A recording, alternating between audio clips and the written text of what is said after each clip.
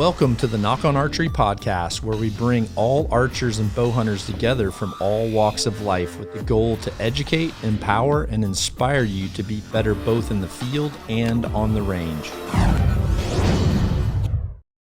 I can't believe you came. I'm so excited. I have Joel Maxfield here in my personal little, I call it the dojo. It's pretty cool. Nice. I mean, it's not as cool as what we used to get to hang out in when we were with Matt, but it's pretty cool.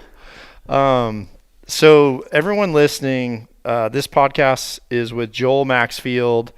Honestly, full disclosure, one of my mentors. If any of you heard the keynote speech that I did at the Pope and Young Club convention this year, I talked about 10 mentors in my life and the importance of mentorship. And Joel, you were in there. I don't know if you got any feedback from that, but so Joel was the general manager at Mathews when I got hired. More importantly than that, you were actually the person that hired me as a shooter.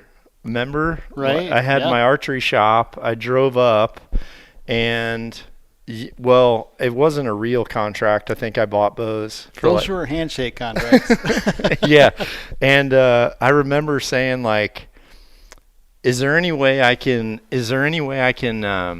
maybe get, like, a free bow? And then he just said, because I said, this year I'm going for rookie of the year. And I remember you're like, well, we normally like save our budgets for the people that are gonna for surely get it, like Foster Thigpen. Remember? I remember that.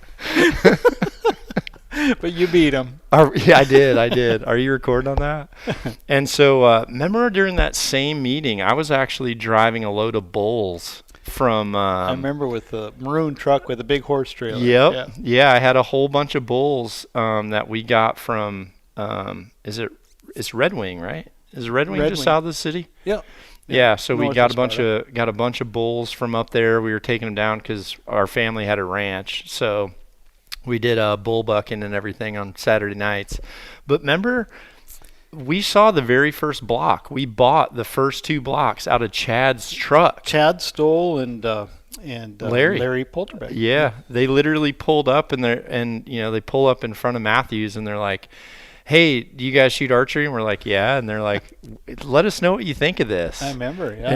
Remember they said, what would you give for it? I gave $50. Remember, we bought the first 2. And then they came in and actually we sat down and talked shop and stuff and kind of laid out a business plan with them and everything. And yeah, that's kind of funny before Field Logic even started. Yeah, I remember we were both standing we were standing like out on the curb when they pulled up and they're like, what do you think of this archery target? We were like, those first ones were legit. That's too, good target. I shot that thing forever. That's where it began. And then this is actually a good story just for those of you out there that are trying to be an ambassador. So I got my position with Mathews because even though I wasn't technically a contract shooter, I wasn't a shop. I actually couldn't sell Mathews because I had to sell high countries. But I ended up just helping you guys at the ATA show because you needed help. It was an ATA show, and I remember you worked way harder than anybody we brought. I mean, everyone's gonna be like, "What are you talking about?" You were running around helping set up the booth and doing all this stuff. And at the end of the day, we're like, "Who is this kid? What does he even do?" And it was great. And I at that point we seen what kind of a worker you were and what kind of a personality you were to be around. And yeah, we couldn't wait to bring you on board. Third rep, right? Well, fourth. Ron Gann, Dan, and then Ron, Ed, Dan, Eddie, yep, me, Eddie, Brad. Yep. Brad. That's pretty. Yeah, that was. It was fun times, and Joel was, for those of you watching, FYI, this is going to be an audio podcast. I would also highly recommend you watch the video podcast because I've actually went and picked through a bunch of historical stuff that I have from Joel. I'm going to bring up random pictures, and I want you to like tell me some of this stuff. For those of you listening, we're definitely going to dive into the arrow topic. And this is really important, and I've mentioned Joel's name several times in a few of the previous podcasts to this. I'm on this Truth About Arrows series. And the reason I do that is because Joel had shot more animals than anyone I knew when I met him, and that certainly hasn't changed. What number were you for Grand Slam? 39. Number 39. Well, Joel 79 on the Grand Slam, 39 on the Super Slam. Oh, okay. Sorry. So Joel literally was MATT McPherson's first employee. You had your own shop for a long time, and you literally grew up during the forefather era. I mean, you're not that old, but you grew up when Fred Bear and Miles Keller and like Snow, like all these names, right? Sure. Just the elite, like the original people in our Hall of Fame. Those were the people you looked up to when you came into archery, right? For sure, yeah. It was a neat era during the 80s. I owned my pro shop. I started in 1984, and I owned a pro shop till 1989. Then went to work for McPherson, then started Mathews. Yep. Yeah. And so you worked for Matt at McPherson, and then when Matt went out and did Great Grips, right? He sold McPherson, and when it sold, Janice and I actually moved it to Alabama, and we lived down in Alabama for a little bit, and then got it up and going and started down there, and then we moved home, and Matt came by the house and wanted to start Mathews. So well, didn't he have Great Grips for a little bit for the non-compete era? He sold McPherson, and after he sold it, he started Great Grips, and we bought grips for like 9 bow manufacturers. Yeah. And then during that period of time, it was owned by a guy by the name of Tom Dearman in Austin. Oh yeah. And yeah. Janice worked for it at that time, and then it sold again. Tom sold it to McMillan's down in Alabama, and then Janice and I moved it down there, and then we came home and Matt started Mathews. And that's awesome. Oh, I had I took it inside. I was afraid of something happening to it. I had a standard out here, Joel. Oh yeah. Number 205. Oh yeah. I'm pretty sure I built that. I was going to say that was definitely built by, you or Matt probably at that time. Yeah, for sure. So I've talked a lot about I love that I started at 18 years old at Mathews when we were small. Everybody was hustling. But what was so important for me, and something that it's like I can't even put a value on now, was at that time, like Matt was still there. And so we got to see Matt design, and a lot of these people that became the greats, they somewhat kind of became secluded in design, right? We were there during these times where, Matt would go through 150 versions of one cam. You know what I mean? Easily for a draw length, right? Like for sure, yep. Because we were the LX was one of those. The LX, we had a wall of prototypes, all the nails in the wall, and we just kept hanging all the prototypes on. And prototypes didn't come easy back then. Yeah. I mean, prototypes were hard earned, and it wasn't a deal where you just punch it out and go look at it. It was, it took a day or two to cut. And there was a whole entire wall of prototype cams on the LX.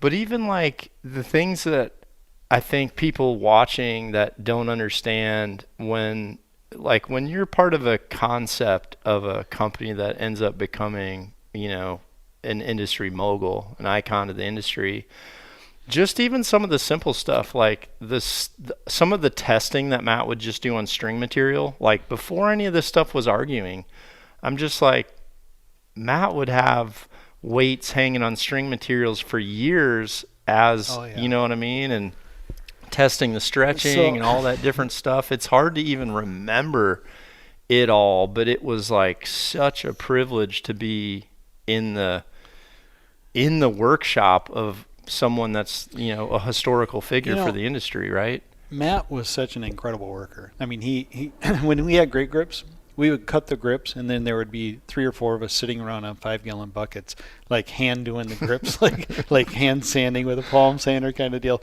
and getting all the grips done. And my pile of grips would be this tall, his pile of grips would be this tall, and his were all perfect, and half mine had to be redone. Yeah. You know? I mean, the guy is just an incredible worker, and he's still eyeball deep in design. I mean, he does a lot of the design work. We've got a great team of engineers, but they all work hand in hand with Matt. That's cool. I'm glad that he has that. He didn't when we were there. Like No, Gary he did it Simons all came on in his own, as right? like the insurance policy, right? Like Yeah. Gary came in and it was all Matt, but it was such an important time because honestly, yesterday I had some people here from Whitetail Cribs and they were telling me about the guy that they were telling me they just went to the guy that like owns like the Moon Guide, and I'm like, well, Murray's passed, hasn't he? And they're like, what? And I'm like, Jeff Murray. Yeah, Jeff Murray. And they're like, well, no, he got it from Jeff Murray. And I'm just like, well, I remember Jeff, like getting lessons. Remember, Yep. like coming back in the lanes? Yeah. He would literally, this was one of the first things that kind of weirded me out about the industry when some writers, now listen, there's definitely people like a Bill Winke that this does not like, although Bill did come. But some writers would sell a story idea to a magazine, and then they would come and say, okay, so how do we write about this topic? Remember? Right. They would sell the cool attention grabber of the article, but they actually didn't know the content. Yeah, exactly. And honestly, that kind of like comes back to almost where we're at now, where it's almost too easy for like people can be an editor or an author right now just by making a post. They don't even have to go through the politics of like getting to know Christian Berg and him like searching out your past and making sure you're a credible writer. Like now that stuff's gone. It's just people can be like, I started shooting bows 2 years ago. Boom. Right. Here's like my thing, you know. It's kind of funny because I don't claim to know everything at all, but occasionally something will come on the internet. I'll be like scrolling through. I had never made a post before in my life. Never, ever had I done anything social media. And it's like 2019, and I'm just scrolling through there. I got a new phone, and Andy put Facebook on my phone. So I'm like, oh, this is cool. So I'm looking at this stuff, and there's archery on here. Oh, that's cool. I'm reading this piece, and in this piece, this guy says that he's shooting 600 grain and 400 grain arrows. And at 40 yards, the 600 grain arrows were impacting like this much higher than the 400 grain arrows because of the downrange speed retention of the weight of the arrows. I'm like, wait, what? And I'm like, how does that even work? Yeah. Your pin gapping would be going like this big and then this big and then this opposite. You know? Yeah. And so I've seen some people like actually posted like, here's my pin gap since I went extreme heavy, and I'm just like, wait a minute, You're not sighted in, buddy. Yeah. Yeah. So I seen this post, I read it, and I'm like, it was alarming to me. I'm thinking, man, people are really instructing people to do things incorrectly. So then I read the comments. There's like 40 comments underneath this thing. Not one person straightened them out. Not one person said, no, it doesn't work like that. Mathematically, it can't. Every one of them said, I've seen the same thing. I've noticed the same thing. Heavier arrows definitely are flatter downrange and all this stuff. It's like, okay, projectiles don't work that way. Projectiles have trajectory. Have you never thrown a rock? Right? Yeah. So, so I'm like, okay. So I couldn't take it. I read this whole thing, and I'm like, and I made a comment on there. I'm like, actually, I was the first meanie to like straighten the guy out. And I said, basically how it works. And I got just hammered. A bunch of people said, no, that's not correct. So I'm like, oh, okay, gloves are off. So I went out, and that's where this photo this is first photo. So for those of you listening and not watching, I might put these photos somewhere. Maybe I can number them if I can go back through. But this photo is literally like a straight line that's 3.5 feet. Wait, is that?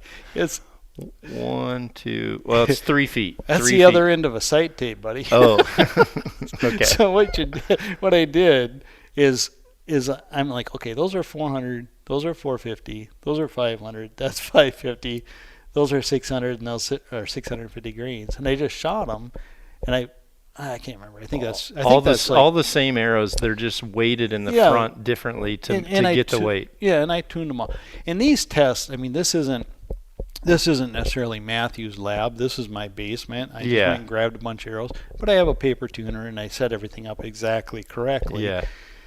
And I just shot them, and that is just showing you trajectory and drop on how arrows work, kind of thing.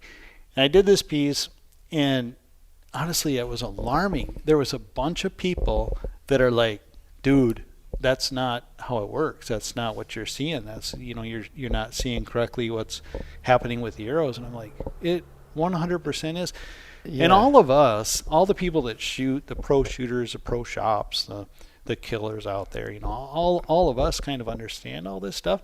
It's amazing the number of people that don't. Yeah. And when you make a post as simple as that and as basic as that, and there's an alarming number of comments on there that disagree with it, it's like, it doesn't. Yeah. That's how it works. It's not an opinion. That's how it works. Yeah. See, that's what ended up triggering me. Because I just had enough people come to me at the TAC where I'd be like, so why are you doing that? And then when they go to tell me the whys, it's information where I'm like, well, that's not accurate information. Like, that's just not physics. That's just not how it's going to work. So, I actually said something to you, and then you're like, have you seen the stuff I've been doing? And I'm like, no. So then you just sent the floodgates. And I'm like, okay, well, and honestly, I had to all but beg you to come here. Joel, this is Joel's first podcast. I can't say enough about, if you want a tried and true bow hunter to the core, person that absolutely has full faith in the lifeblood of the industry when it comes to properly teaching, properly mentoring, the importance of pro shops. Like, all these things are fundamentals to where any of us that ever worked with you were like, okay, you can dig your heels in with Joel on a lot of subjects and like he's going to give you a fight. But when it comes to archery, like, there's never been a day you haven't done it that I know of. That's pretty much every day. Yeah. Yeah. And to start like all the way back as a hunter, who did your dad take you guys hunting first? Who took you and Gus hunting first? My dad was actually a bow hunter, and he I remember it was a big deal. It made the front page of the paper in Austin, Minnesota, when him and his buddy they shot a buck and a doe with a bow like the same day, and it was small town news, front page of the paper with recurve bows. He had an old Ben Pearson recurve and all that. So yeah, been bow hunting since I was just a little kid. And my brother was always, he's always my hero. And him and his buddies bow hunted and drug me along, and I eventually started bow hunting. When did you open the shop? Opened the shop in '84. Yeah. So tell me about so starting in '84, because this predates my, I guess, would be experience. What was archery like when there were only slow bows and only heavy arrows? See, I remember when I really started to make the change to actually become an archer, not just a hunter on the weekend. I remember when the very first Beemans came out, Beeman had came over. Easton hadn't bought Beeman yet. They were in France at the time. And ICSs. Right. The Beeman IC, well, it was like Diva C's and Diva S's. I think it was pre-ICSs, was it? Or was an ICS Wasn't there a first? company in Chatfield, Minnesota that wasn't Beeman? It was another company that was kind of at the same era. Probably. Same kind of yeah, probably. But how much did, what happened in archery when the slow and heavy, when all of a sudden speed started to come in? What was that like? The slow and heavy, that wasn't by design. Yeah. It's what we had. Yeah. You literally only had that. I mean, aluminum arrows, Magnus or Zwickis or snuffer broadheads. I mean, as the lighter stuff advanced, the carbon arrows started to come on the scene and everything. It was a much rosier picture, and honestly, the slower, older equipment, I always shot like 100 pounds. I shot like 80, 90, 100 pounds in order to get speed, in order to get those 22-19s or 23-17s downrange a little quicker. And remember the overdraws. We did to lighten up the speed. We had shorter arrows and all that kind of thing. So, I guess I had a lot of experience with 600 and 650 grain arrows and 100-pound bows and all that kind of stuff. And I can tell you, it wasn't all perfect back then. It's never been better than it is today. The equipment we got today and the stuff that we have as far as accuracy and lethality is just far insane, superior. Right? It's insane. Far superior. Yeah. Light years ahead. One of the things that I remember like it was yesterday is we could never get the foot-pounds of kinetic energy as the pounds of draw weight of the bow. That wasn't even a thing. And I remember conversations with engineers and stuff when we were designing and talking that we really never thought that would ever happen. We never thought that if you shot 70 pounds that you could get 70 foot-pounds of kinetic energy. It just wasn't a thing. Right. And then eventually, like it was probably about the McPherson Eliminator era. Might be off on that, but I'm guessing. And then like the hatchet cams from High Country hatchet cams. When the Machine Supremes came out. Yeah, that kind of put it over the brink. And the Excalibur. And then we started to see the foot-pounds of kinetic energy out of a bow that was higher the draw weight of the bow. Yeah. And so the other thing too is that I feel is so important, and why I was like begging Joel just to come here, because I don't want to debate. I feel like I've brought you guys some amazing guests.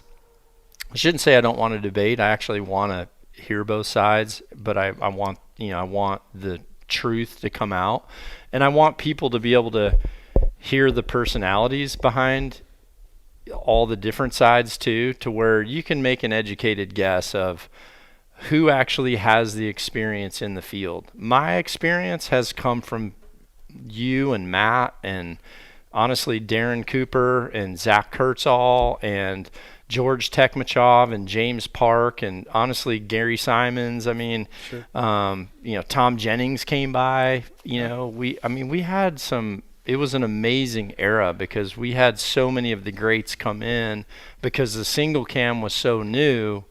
We had to show even people that were doubters like what it really was. So like when we would have those summits and stuff, I was able to absorb stuff then that I didn't even know was important. But now that the industry is like, it's almost like we have these freaking better than a Ferrari, but we don't, like, for those who don't remember like what it used to be like. That's why if you get like a Bill Pellegrino, or I had Wayne Endicott on, he's just like, dude, yeah, they're the best. Yeah, he's like, we're in the best freaking easiest, flattest, fastest shooting. No one's gonna like come back saying they have a problem during this era.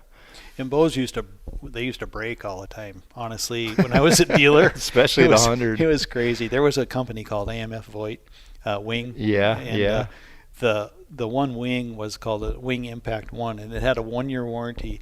And I had 6 bows under that 1-year warranty. There was one, it was wood, and there was one I'm at full draw, and I feel my hand going like this. I'm like, oh no, oh no, oh no. So I let down, and my whole palm of my hand like pinched in the wood. Held the wood together. Oh no. In the lamination, I had to pull it back again to get my hand out of the bow. And then a lot of the stuff was die cast. Yeah. So there was air pockets in the die casting. Full explosions. Yeah, full explosion. I mean, things would just disintegrate.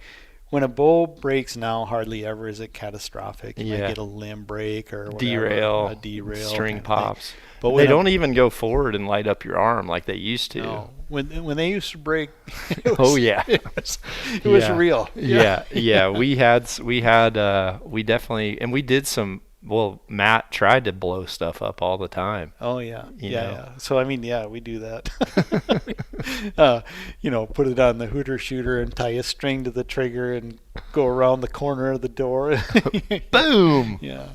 Yeah, because we had to do that on those 100-pounders too. When the Oh, safari, when we were making the safaris, remember those? Yeah, I love that bow. That was actually that was a Q2 era. It was like a Q2 XL beefed up 20%. We took a Q2 XL and beefed everything up like 20%. Is that what it was? The original safari? I think so. I thought it was more like a Apex platform. No, if I remember it. I'm pretty sure it was like a Q2 XL. And then we had we beefed up the cams and the idler wheel and the string and the riser to take a dry fire. We just beefed everything way up. And being out in the yard at the targets and stuff, I remember you had some 271 hyperspeed. Remember those things? I still have them. I was wondering what I built those for. Dude, we went out there with that. It was 105 pounds. We had those 271s. It was like a Scud missile. It didn't even have trajectory. It was super fast. And then I hunted with that thing the whole year, and it was with the 371 ACCs. Yeah. And because they were spine like perfect for it. I mean, they shot like $1 million. And I remember I shot an alligator, and I'm thinking, I've got this monster bow with this 371 ACC. I thought this thing would penetrate, anything, right? And this alligator's got a bow fishing arrow first, and I pull him up alongside of the boat. I'm just going to finish him off by shooting him in the top of the squash. Yeah. So he's like 2 feet away, and I pulled this bow back, and I smacked him, and the arrow absolutely disintegrated, and I still have the skull, the European mount, and there's like this little dimple like this deep in the skull. That's all that happened. I mean, it was like, that's an argument for too light of an arrow, I guess, based on what you're shooting. But honestly, I think a fish arrow would have done the same thing. It would have been because it's like they have a hard dome, crazy thing. Yeah. But so I guess at the end of the day, that story leads into the idea that it's still archery gear. I mean, it's still, if we were shooting 400 foot a second with a 600 grain arrow, it's still archery gear. I mean, it shouldn't. That leads into another conversation that we might get into later, but I guess we should probably go back to the arrows and just, talk about that. Well, one of the questions I had, though, was on that is, I bet you a 75-pound bow right now is probably as efficient as that 100-pound safari was then.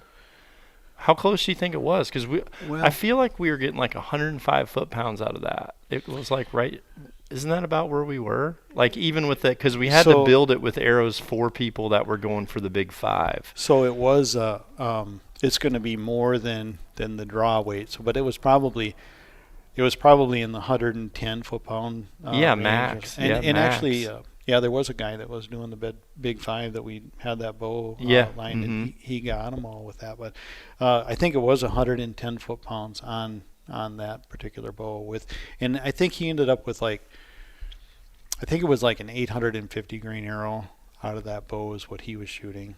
And for dangerous games. Yeah, for the elephant. Yeah, for the elephant. Rhino and hippo. And listen, there's things like that absolutely you have to, you need to take the right firepower for the job. It's for sure. But I just did a little post on this, and I read, like I said, I read things, and then I'll be sitting there and I'll read it and I'll be like, well, wait a minute, I know it doesn't work like that, but how does it work exactly? Yeah. So I'll jump in the shop and kind of go play with stuff, and sometimes I'll play with stuff for 2 or 3 days to get the answer, and a lot of times I don't even document my answers. I walk away and go, oh, okay, that's how it works. I mean, I don't even record it or document it. I just need to know for myself. Yeah. But so it's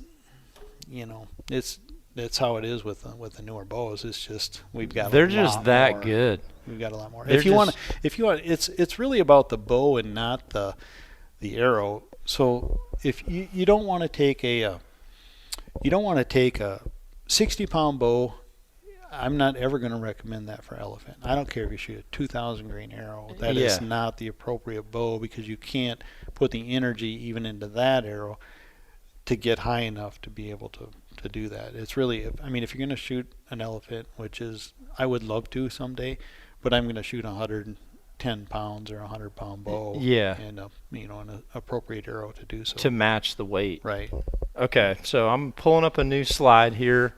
So this is a slide. Honestly, I think this is very relative to the very first post I made. Well, no, it's pretty relative, I think, to the second video post I made where I went out and shot live, and I just literally showed the true pin gaps to shoot the different weight arrows.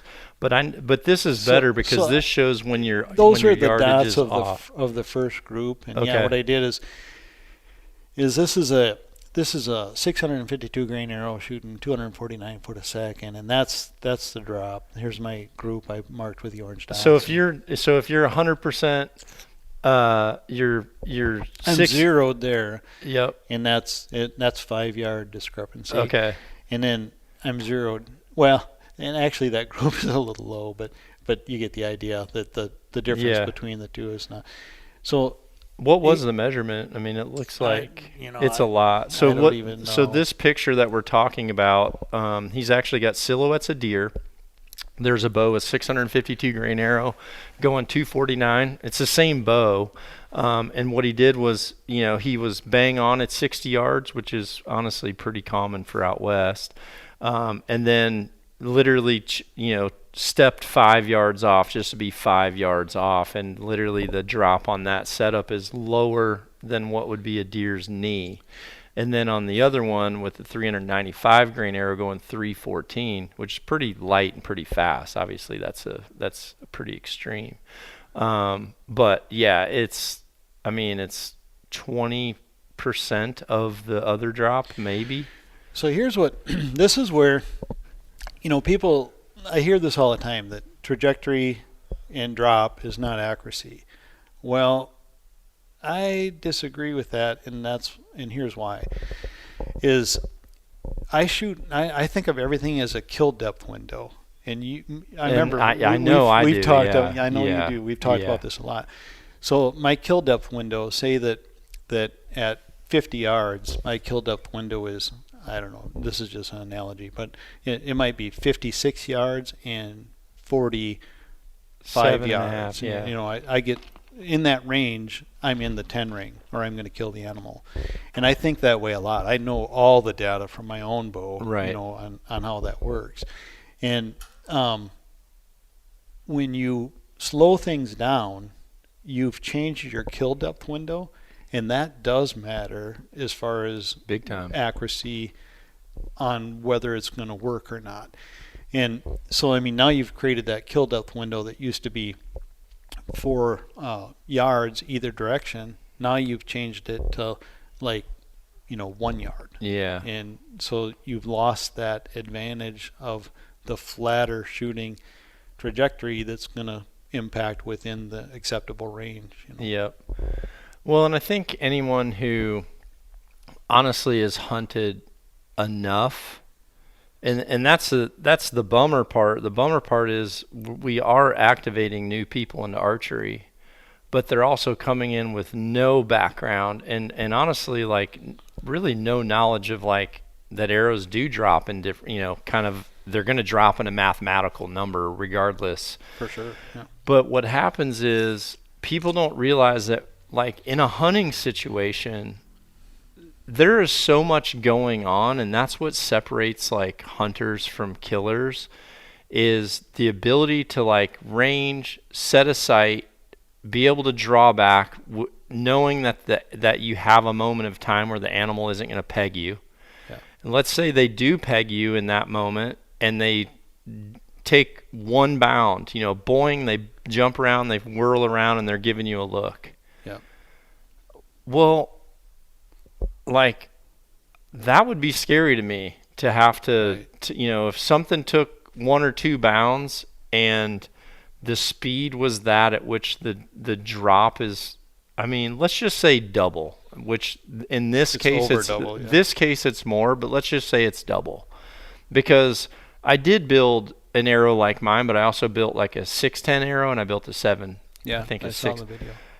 So the 610 is still, like if someone told me they wanted a 600 grain arrow, that's cool. You could still learn that.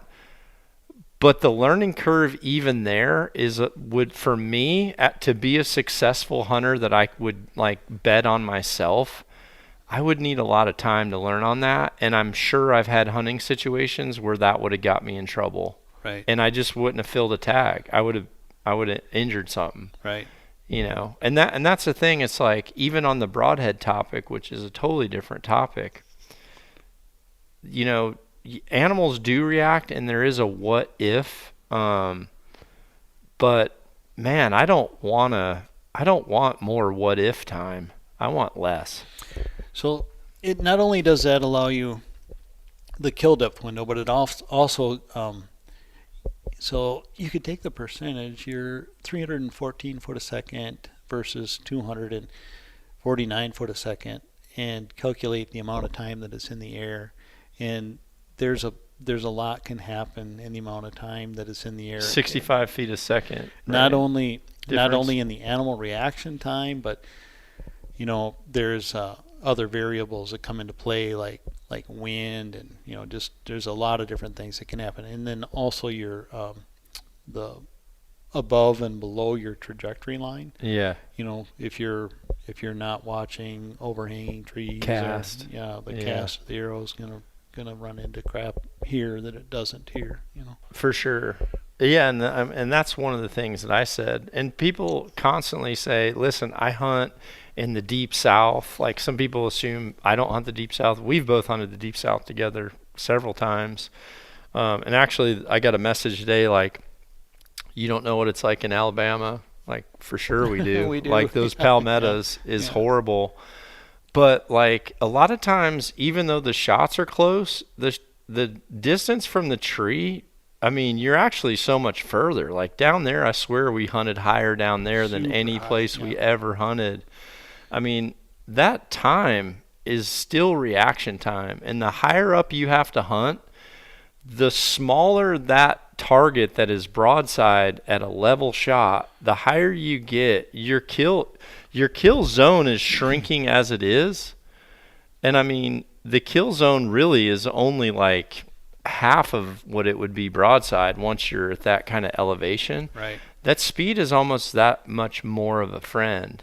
Yeah. And the reality is with any of this archery gear now, like a whitetail shouldn't even be in our equation with a lot of this stuff. Do you agree?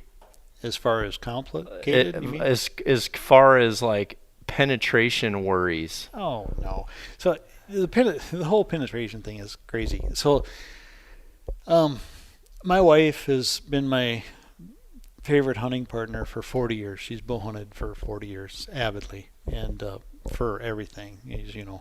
Yeah. And she doesn't. That's her speed. I mean, that's all she gets. 249 with a 354 grain arrow. Okay. 354, 359, depends on what. But so, you know, she deals with that kind of trajectory and that kind of stuff all the time, and she can shoot. So I mean, she can shoot a group like that at 60 yards pretty easy every day. Well, what happens is when somebody says, "Oh no, she's got to shoot," you know, there's no way she should shoot a 359 grain arrow. That's just way too light. She's got to shoot a 480 grain arrow, like I do. Well, then that turns in, you know, it compounds down here somewhere. Yeah, it would be more like the last screen. Yeah, so it's like way down here. And Janice would double that number. Right. To where now she needs to aim at a deer standing on a deer's back. And honestly, so we were talking about this earlier. We get a deal where we didn't think about that. Back in the day, it was all about accuracy. If you could hit it, if you could shoot a group like that, you're good to go. Yeah. And so like it was more about accuracy and not about, there wasn't this huge concern about, you know, are you going to get penetration? Is it going to go? I honestly don't even understand that, because she, like I said, has bow hunted for 40 years. So she was shooting those old, slow compounds that didn't get as much kinetic energy as they did for draw weight. Yeah, especially then you go that short, the efficiency would fall off the road map. Her draw length and all that. So I mean, she struggles to get 50 foot-pounds of kinetic energy. And dude, the ribs and the center, the soft, mushy part, the good stuff of a deer has never even been a thing. She sticks the arrows in the dirt. Yeah. It goes through like butter. When you hit them in the leg, that's a bit of an issue, but I've walked up on deer and where their legs just disintegrated and it's all mushy and floppy and there's femur sticking out the hide and all that stuff. I've walked up to her deer like that. Yeah. Many times. Where there's, I mean, she smoked the shoulder and busted the leg. No problem. Went right into the heart. But it doesn't happen all the time. And that's the problem is like, it doesn't happen all the time, even with 80 pounds and a 600 grain arrow. Been there, done that. And the arrow goes in this far. So that happens to somebody. And instantly they want to solve the problem. They want to think, oh, how can I never have that happen again? So they start creating all this heavy arrow and they look at, you know, what's going to penetrate better. The problem is the amount of the relevance to what they're doing to try to solve that problem, or the relevance to the additional energy and all that, is so minuscule.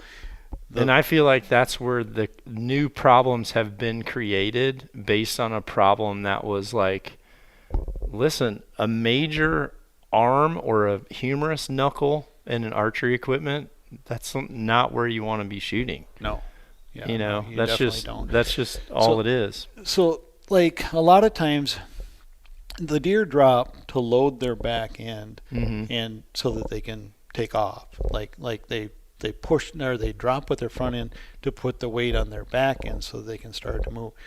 When they do that, as you know, everybody that hunts, you've seen the drop and the video drop and all that stuff. Well, a lot of times that arrow hits them like right there. And you got your scapula actually covers the spine for a little bit there. So you've got a double layer. You got hide, scapula, loin. It's actually part of the loin. That's pliable too. The scapula is like a moving pillow. Exactly. And then you've got the spine, and you've got this energy absorber right there.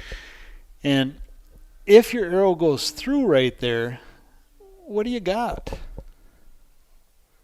Unless you break a spine in two. Yeah. I mean, it's not vital anyway. Yeah. When the deer duck, backstrap, and you hit, and your arrow only goes in that far or whatever, and the deer runs away with the whole arrow flopping out.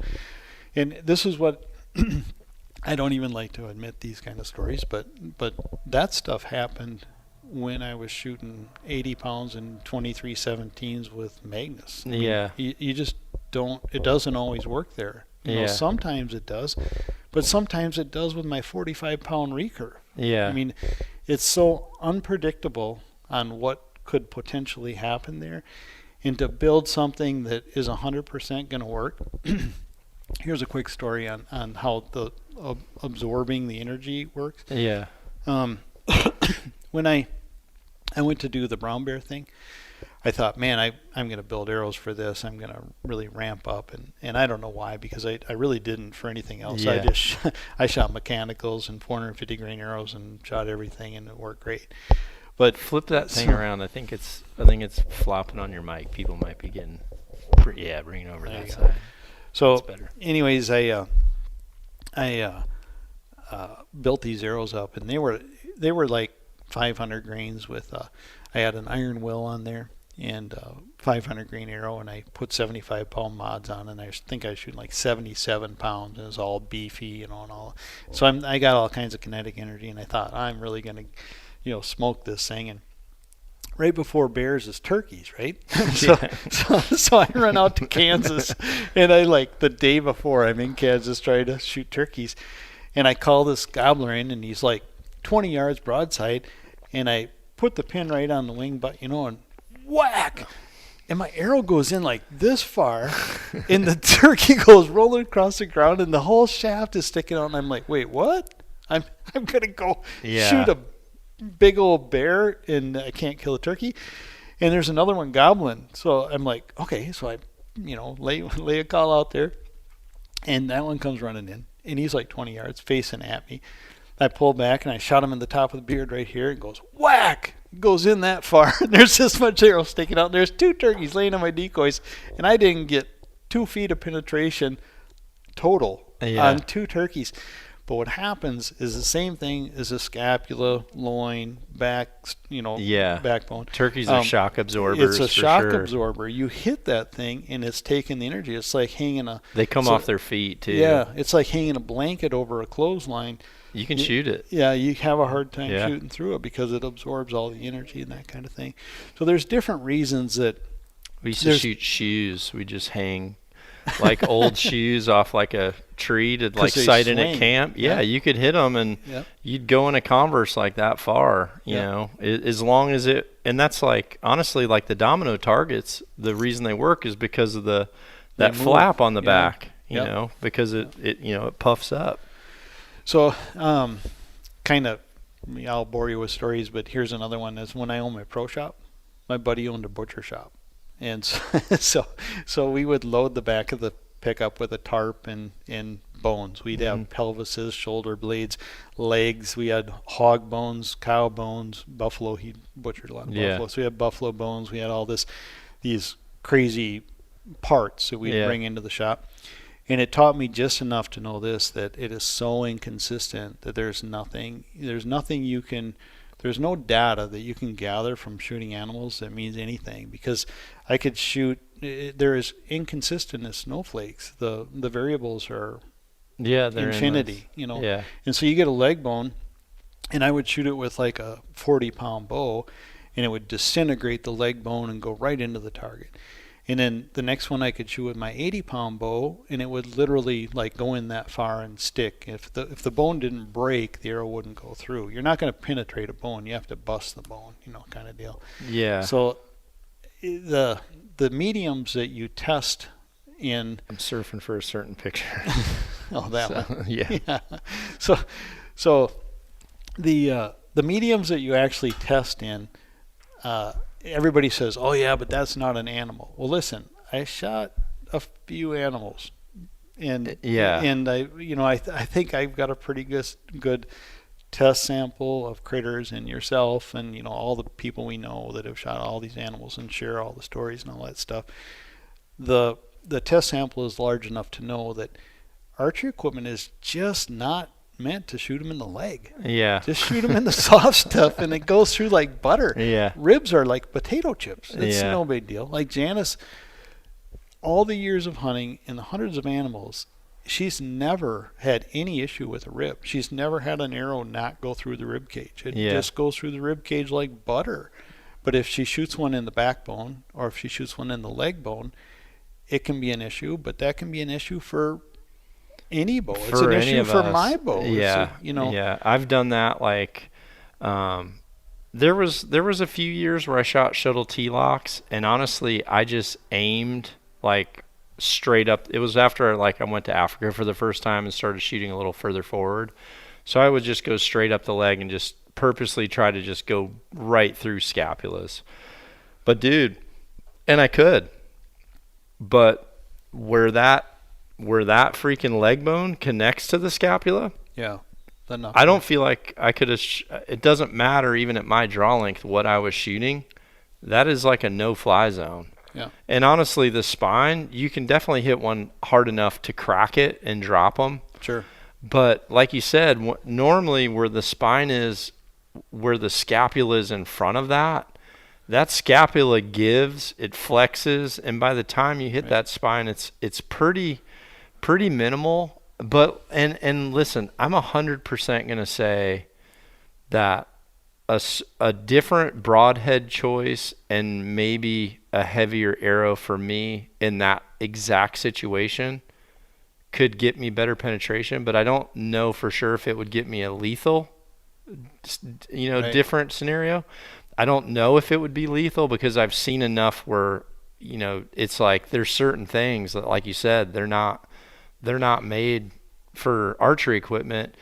But I also feel like a huge number of the other stuff I have got, I wouldn't have got if I would have been like low and slow. Like I know there's stuff to where I'm like, man, that animal is moving. Like, if I would have been 5 feet a second slower, that thing, like, he would have beat that arrow there. Or, For sure. you know, honestly, some of the lanes that I've had to pick, you know, when you're Yeah, hunting little off the holes and ground, brush and- when you're hunting off the ground and you're not trimming lanes, you have to know how to thread a needle. And you really don't know how to do that unless you know the trajectory of your bow. Well, and that's why I always, you know, the sweet spot is 280 to 300 for me. You know, I just love to live in that range. But, you know, that's a lot of this is why I don't like to talk about animals. And actually, the funnest thing in the world is to listen to people tell their hunting stories. And everybody has a story of, oh, I hit this deer in the leg and it disintegrated the leg, went right into the heart. And the next guy is like, oh, I hit him in the leg and it didn't go in at all. And so that equipment must not be efficient for that scenario.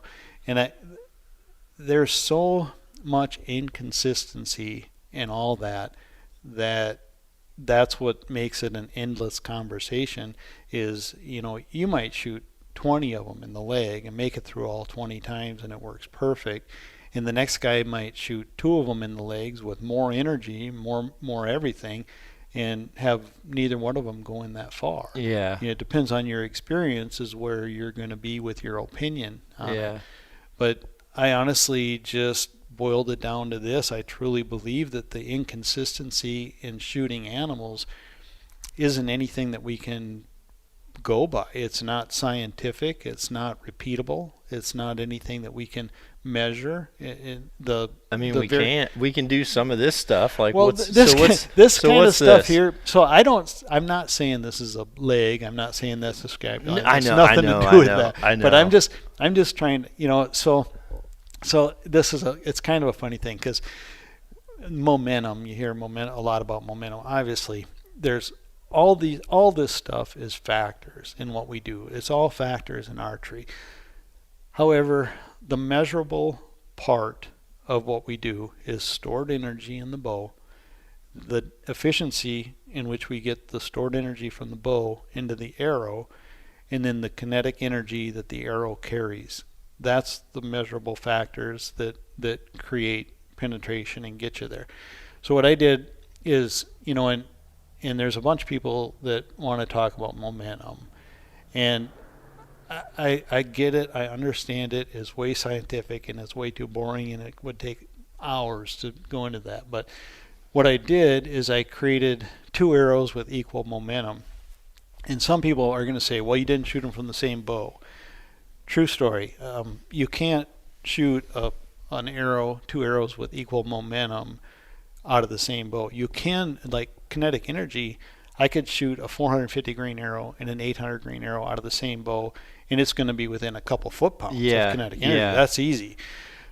In fact, I think it was less than 1 turn on 1 limb bolt, so it would have been, you know, maybe less than 2 pounds, and I had equal kinetic energy. But to equal momentum, I have to either slow one down or speed one up, or both, slow it and speed it.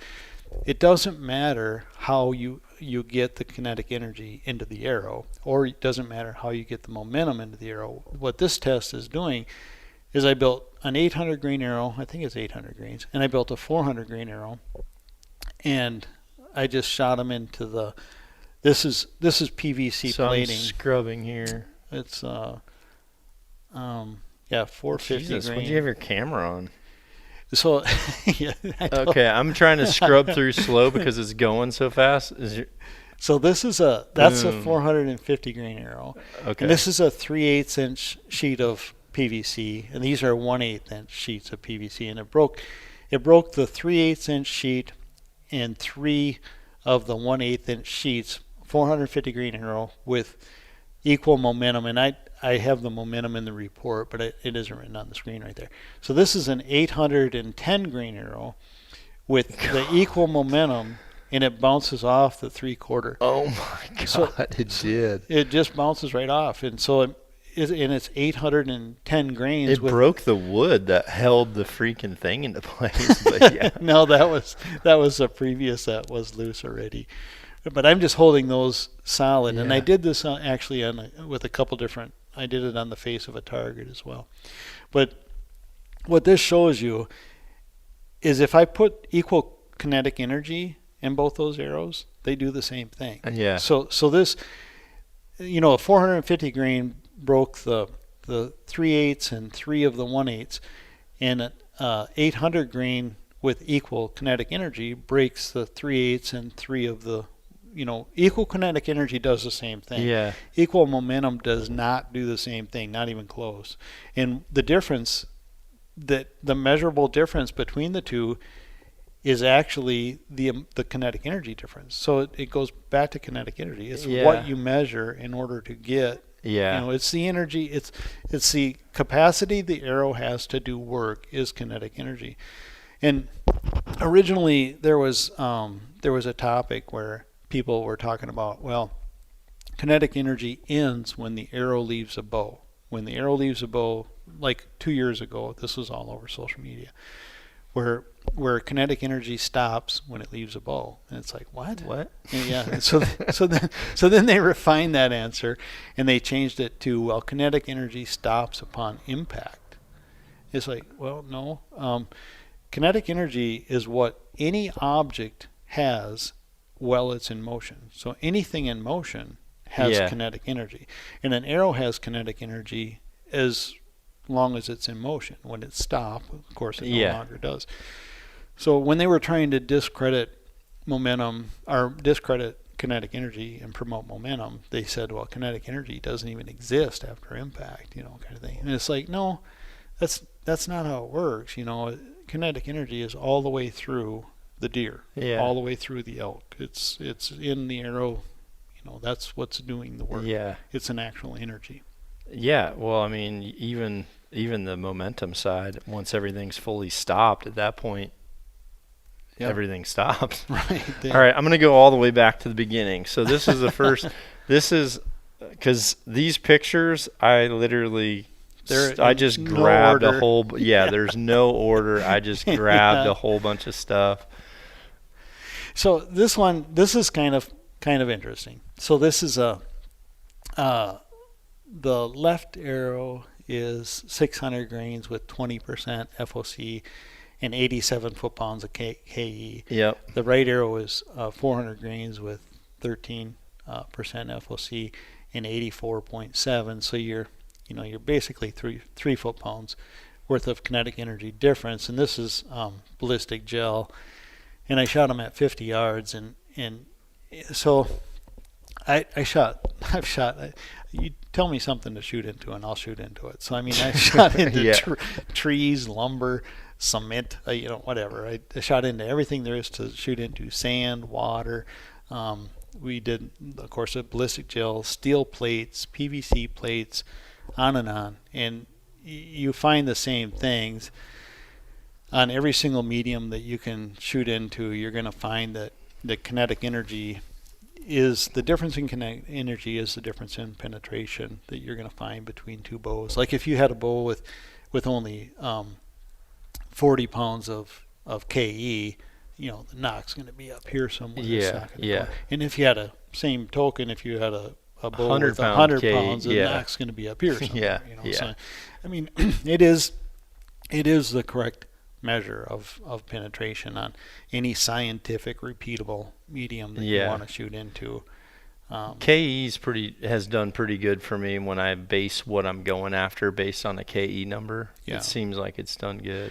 Well, even the game laws. I mean, I've seen American game laws that way too, but especially like African game laws. A lot of the countries require X amount of kinetic energy. Yeah, because we had to build the bows that way. Remember when we had to build a bow for Joella? Because Joella went for an elephant, right? Cape Buffalo. It was for Cape. And so by law, she had to shoot a certain 90 foot-pounds. 90 foot-pounds, right? So then we had to build her a bow that would like just get her that. So she was legal, right? She did it. Yeah, too. she did. Okay, so let's move to the next one here. Okay, so this is constant momentum. Constant in this forum, I had to put that in there because everybody's like, oh, constant momentum. It's not constant. It's constantly changing. And it's like, no, constant in this situation means equal. Okay. It's like that kind of constant. Okay. So this is equal momentum between a 600 grain arrow and a 400 grain arrow, and that's showing you penetration. Now that's in foam, and a bunch of people tried to discredit the penetration in foam, but it's funny that momentum, you get this kind of discrepancy. Yeah. If it's kinetic energy, they're exactly the even. same. Yeah. And then you change the amount of kinetic energy, and it's like this again. So I Yeah. mean, it does show you something. It does show you, and it's consistent and repeatable and Yeah. more scientific than. But so that's equal momentum between those two arrows. And the hard thing is, like, any type of synthetic material, it's hard. Like, I had to do a bunch of ballistic stuff for 2 broadhead companies, and it was like, I took the project on, and what a nightmare. Like, Yeah. dealing with like blocks and blocks and blocks of ballistic gel. It, like, honestly, even shooting the gel, sometimes you feel like you're getting skewed data. Like, you don't feel like it's 100% accurate. Not to mention the difference in just arrow shafts that you're using. It's like the arrow shaft drag seems like it has so much of a variation on, because it's like a sticky jelly closing instantly behind that shaft, and it Right. seems like that's doing more. What you find, that's why a lot of times And an animal's lubricated. An animal, yeah, exactly. But the one thing, that's why I don't get too deep into the broadhead subject. I mean, I have my own opinions, and I hunt, and so I'm like super into the broadhead thing and lethality and all that stuff. However, I try to kind of leave that out of all these conversations, because that compounds. I mean, we ain't even figuring this out and getting out. I mean, we figured this out, but but the rest of the guys haven't caught up yet. The rest of the people that haven't grasped this, there's no way I want to compound all the broadhead stuff. So, but what I did find in this stuff is, and I kind of knew it before I ever started, so I just tested it for myself to verify. But the shape of the point makes a huge difference. Oh, big time. And so, yeah, a Saunders point versus a Ethics point or something. So what I did is, all the arrows are all perfectly tuned through paper. I mean, there's just bullet hole, 4 fletchings. It's just perfectly tuned, and the tips are all identical. So the length of the field point might vary a little bit, but the field point itself is the same diameter. Yeah, because the bulge point will give you a totally different thing than like a more of like a like a boat tail, right? Or the Saunders where it balloons out. Yeah, like it's not really a bulge, but it's just like the taper. Yeah, they're all different. Your data. Yeah, they're all different. So I mean, in anything that I do, and these are just fun little tests. Like I said, I read something and I'm like, wait, what? And I jump off the couch and I run out to the shop and I test it just because. And then I post it, and this is exactly what happened. Then I just sit on my couch and laugh like crazy over all the comments. Well, the thing, like, some of this stuff is stuff that we actually used to do, especially when we had to build bows that actually made these, that made the law, that would qualify to be legal. Oh, yeah. Because we were chasing all this back when the bow had to be invented to actually do it. Right. I built a ton of bows for elephant and Cape Buffalo and stuff over the years. Yeah.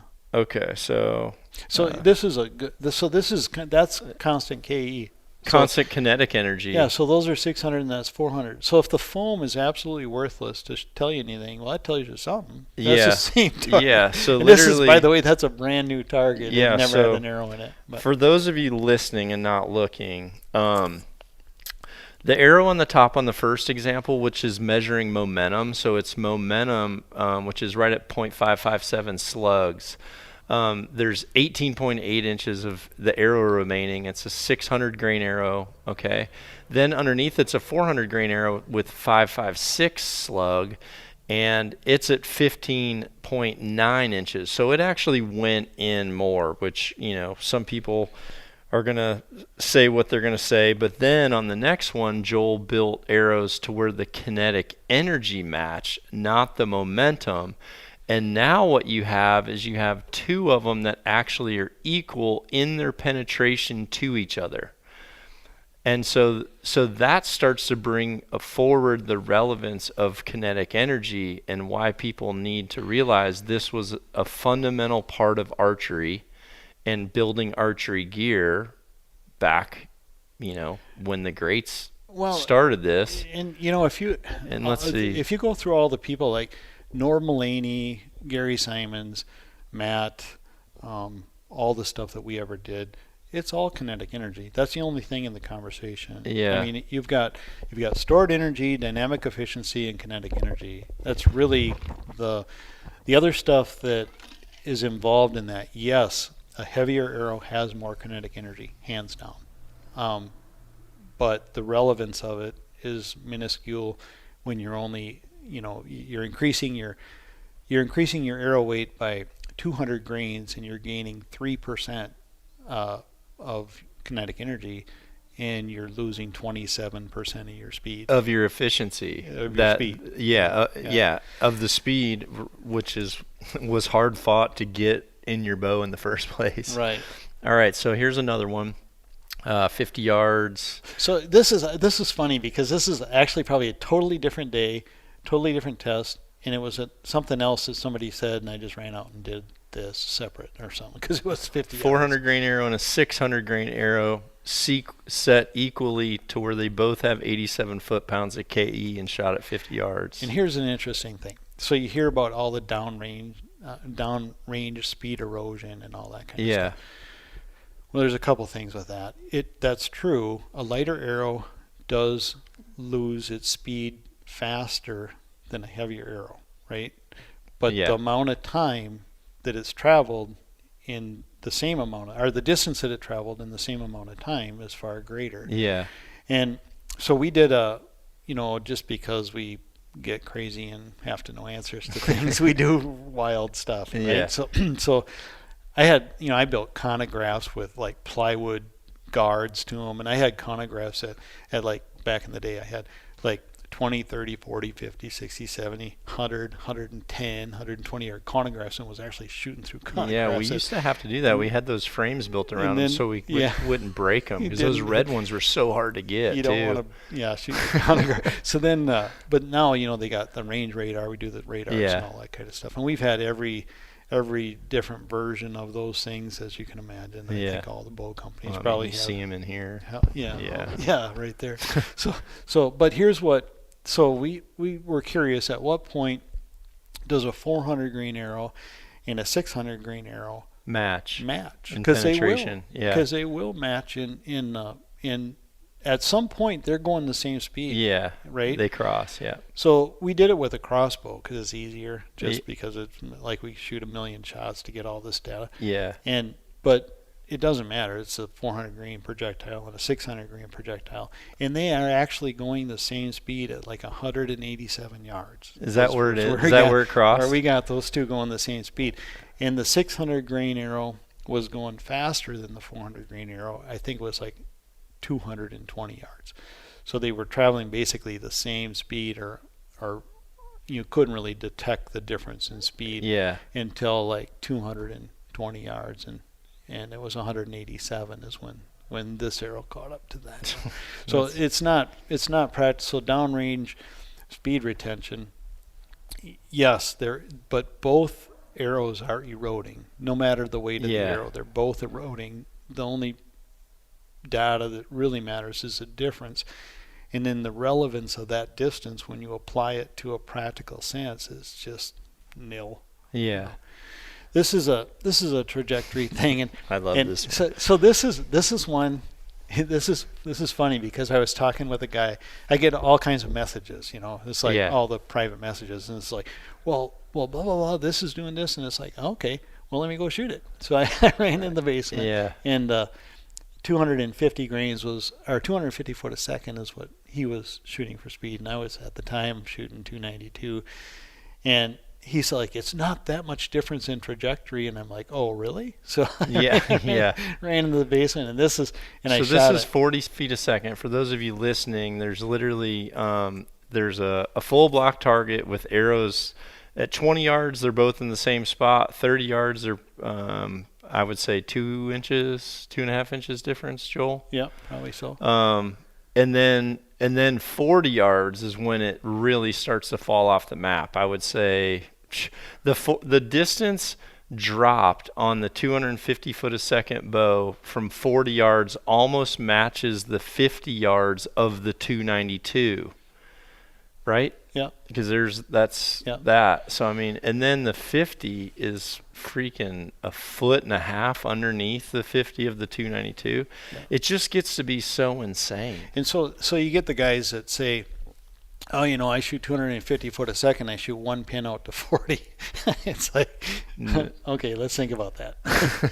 Because if your one pin at 40 yards is in the center of a 4-foot block target, you might be able to hit the block target. Hopefully, if any of you are listening to the Knock On podcast, you have not said that. Like, I hope I've got you that far to where that you can't shoot one pin out to 40 yards. Which, dude, that was such a common thing people would say when they came into the archery shop. I know. Okay, this is... I'll keep going. Okay. I don't want to pick on anybody. Okay. Well, this was a video that was posted showing an extreme FOC, and what I'm blown away by is look at the freaking downward paradox of that arrow, dude. It cannot take it. Then now look at this, Joel. Look at this. Part that I was looking at. Yeah, you're looking at the punch to do. I mean, it's definitely a fair thing. If you're going to be doing accuracy tests or even any tests, you shouldn't be like hitting it home. Yeah, you saw that knock travel, didn't you? Yeah. We won't talk about that. That's bow design, but look at the paradox. But then watch this, dude. Watch the string. Watch the string right here. Okay, keep watching.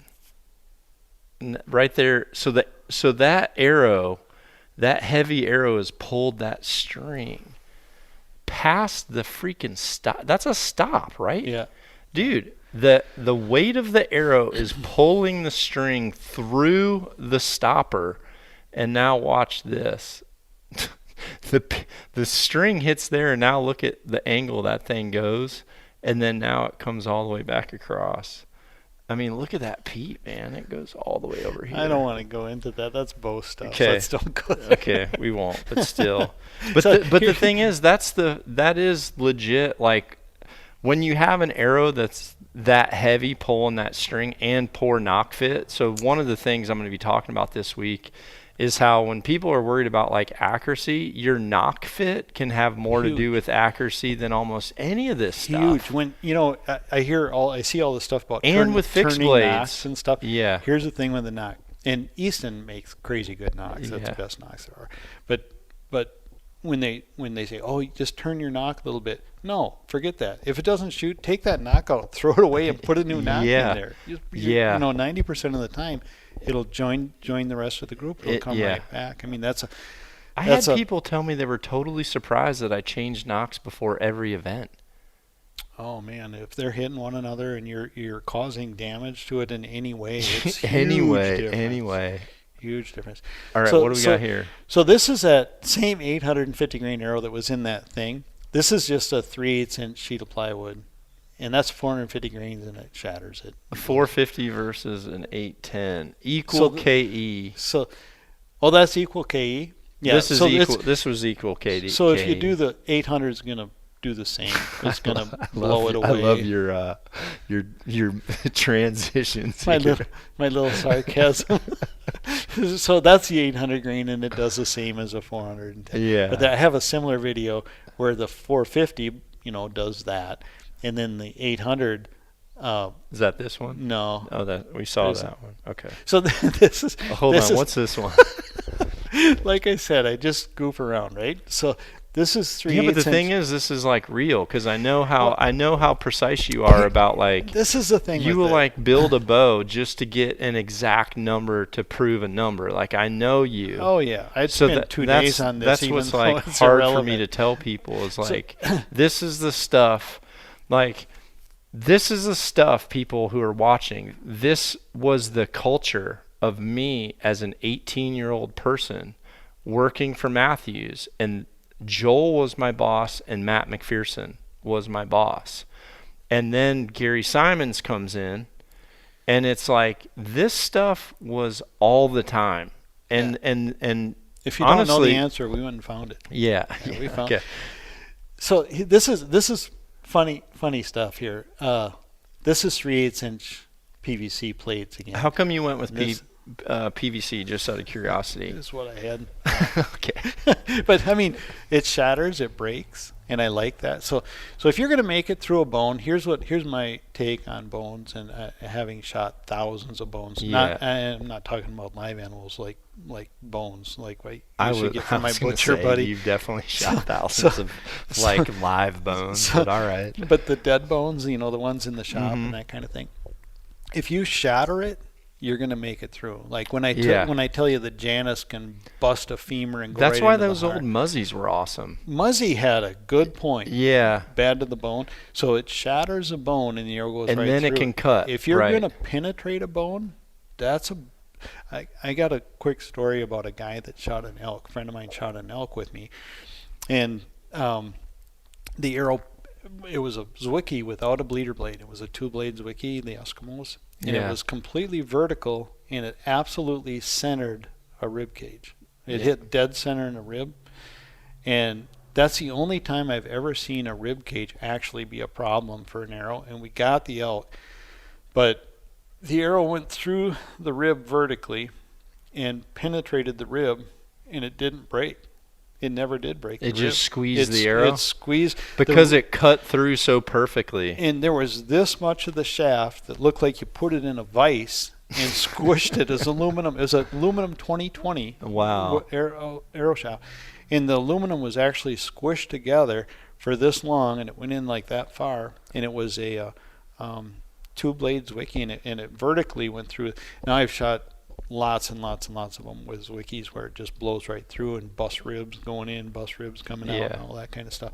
But if you penetrate a bone, it's not as good a situation as if you bust it. If you just bust a bone, the arrow keeps going and goes right through the goodies and all that stuff. But if you actually penetrate a bone, I think that's a little bit of what's going on when arrows don't make it in. Yeah. Is it didn't break, it just tried to penetrate. And I don't think that we can build bone arrows strong enough to actually penetrate through massive amounts of bone. Yeah. I think we can build them, to where... there's definitely something to it when they're smashed, you know, when they and see, that's what's weird is like, and I remember you showed me this one time. We were actually talking about Muzzy versus a Zwickey. I don't know if you remember this. It was like, well, it was before that the machine shop addition was built onto the original building, because I remember right where we were standing in the court, that viaduct wasn't, the connecting thing wasn't there yet. The annex. But we were talking about busting a bone versus, you were saying like, the thing is with these though, how hard you have to push them through hide. And then you said, have you ever seen a Zwickey? And I had never seen one. And you screwed one on and you literally held an arrow right above your shoulder and you dropped it and the arrow just stuck straight up and down into a 2x4. Right. And you're like, that's a Zwickey. And you said, however, that sometimes cuts bone and it doesn't shatter it. Yep. And you're like, so what would you rather have? The bone shatter, and then takes more to push through, and you can actually go all the way through to what you're wanting to get for, right? Or do you want to cut and have to risk that? Like, I remember that situation, so it was probably relative to that guy then. Yeah. It might have been relative to that story. That's funny. That's going back like 25 years. I know. So this was PVC. This is particle board, which is as consistent as wood can get. Obviously in the garage. And I did a bunch of FOC stuff. It's got different weight FOCs. I got 416 grain arrows, 652 grain arrows, and just different. And I labeled all the boards, and I shot the boards, and I shot the PVC. And this is the point with all this stuff. We understand why this is going to do what it's going to do. I mean, because we've worked on it for our whole lives, right? Yeah. So, I mean, we know what's going to happen. But even at that, I go into these little ditty test things completely open-minded. And it's like, I want to know. And so I don't do it to document. I don't do it to post it on social media. Yeah. I do it so that I learn, that I'm learning. And I keep thinking, well, maybe I'm missing something. And I'll read something where... Those are always our biggest tests, were the ones where no one knew the answer. Right. Like if Gary and Matt didn't know the answer, then it was an all-out fledged, like, what kind of machine do we need? Like, what should we do? Because that question came up about knock travel too. I don't know if you remember that. Remember, because we were straight line cam, and so a bunch of that came up. So that's like when we got the very first. Like, people ask me if I've worked with high-speed footage. We had cameras that like none of us could afford when Matt would drop what kind of money on a camera before there were cameras, and lights that were like would burn a building down. They were so freaking hot. There was something, you know, he used to say the story, there's like 7 of them and the other 6 the military own. Like that is you know, right. That is right. There's some story like that. Yeah, because the ones we had were like for like for explosions, right? They were to document explosions. It was something stupid like that. And now those, you know, the way technology moves is now, it's on an nowadays, iPhone. Your iPhone does better. But anyways, that's just kind of. So what happened? Do I have to go to the next screen to see? Yeah. So the results are pretty much so like if click maybe another picture or two the other way. So like there's your steel plate, and this is a 416, the 652, so I mean. Granted, I know we're not hunting steel plates. Everybody always says we're not hunting steel plates, we're hunting animals. But, you know, the results that you see in a scientific, repeatable medium actually support what you would look for in math. Yeah. The math is supported with all these little ditty tests that I do. Now, we have a very, very, very nice facility, and we have I don't know 6 or 8 engineers at our disposal. I could white coat this stuff. I mean, I could do a crazy video. I mean, we could drop a couple $100,000 and do some beautiful video explaining all this stuff. This is me just hacking around trying to show the public what actually happens. This isn't scientific. This isn't Mathews. This is just data, but we all know it. I mean, the shooters know this stuff, the pro shops know this stuff, all the engineers know this stuff. I actually get somewhat embarrassed when I post this stuff and somebody says, "Oh, dude, I seen that last post," and it's somebody like like yourself or like Jeff Hopkins or somebody that okay. You know, I'm like, I need to explain myself here.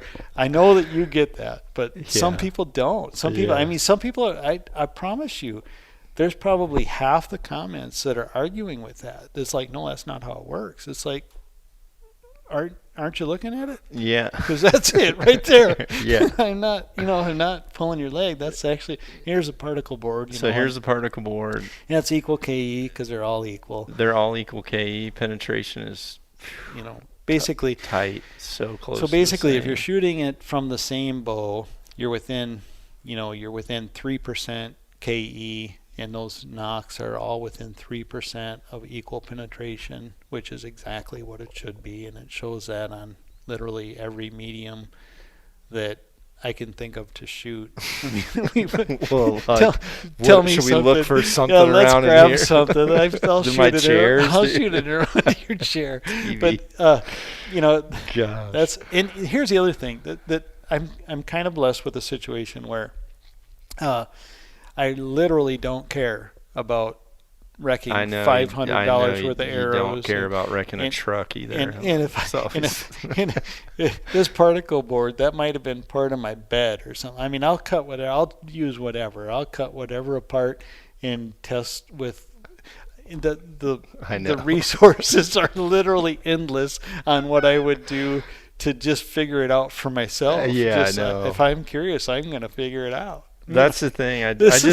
That's all the same KE, and this is all different arrows. All different.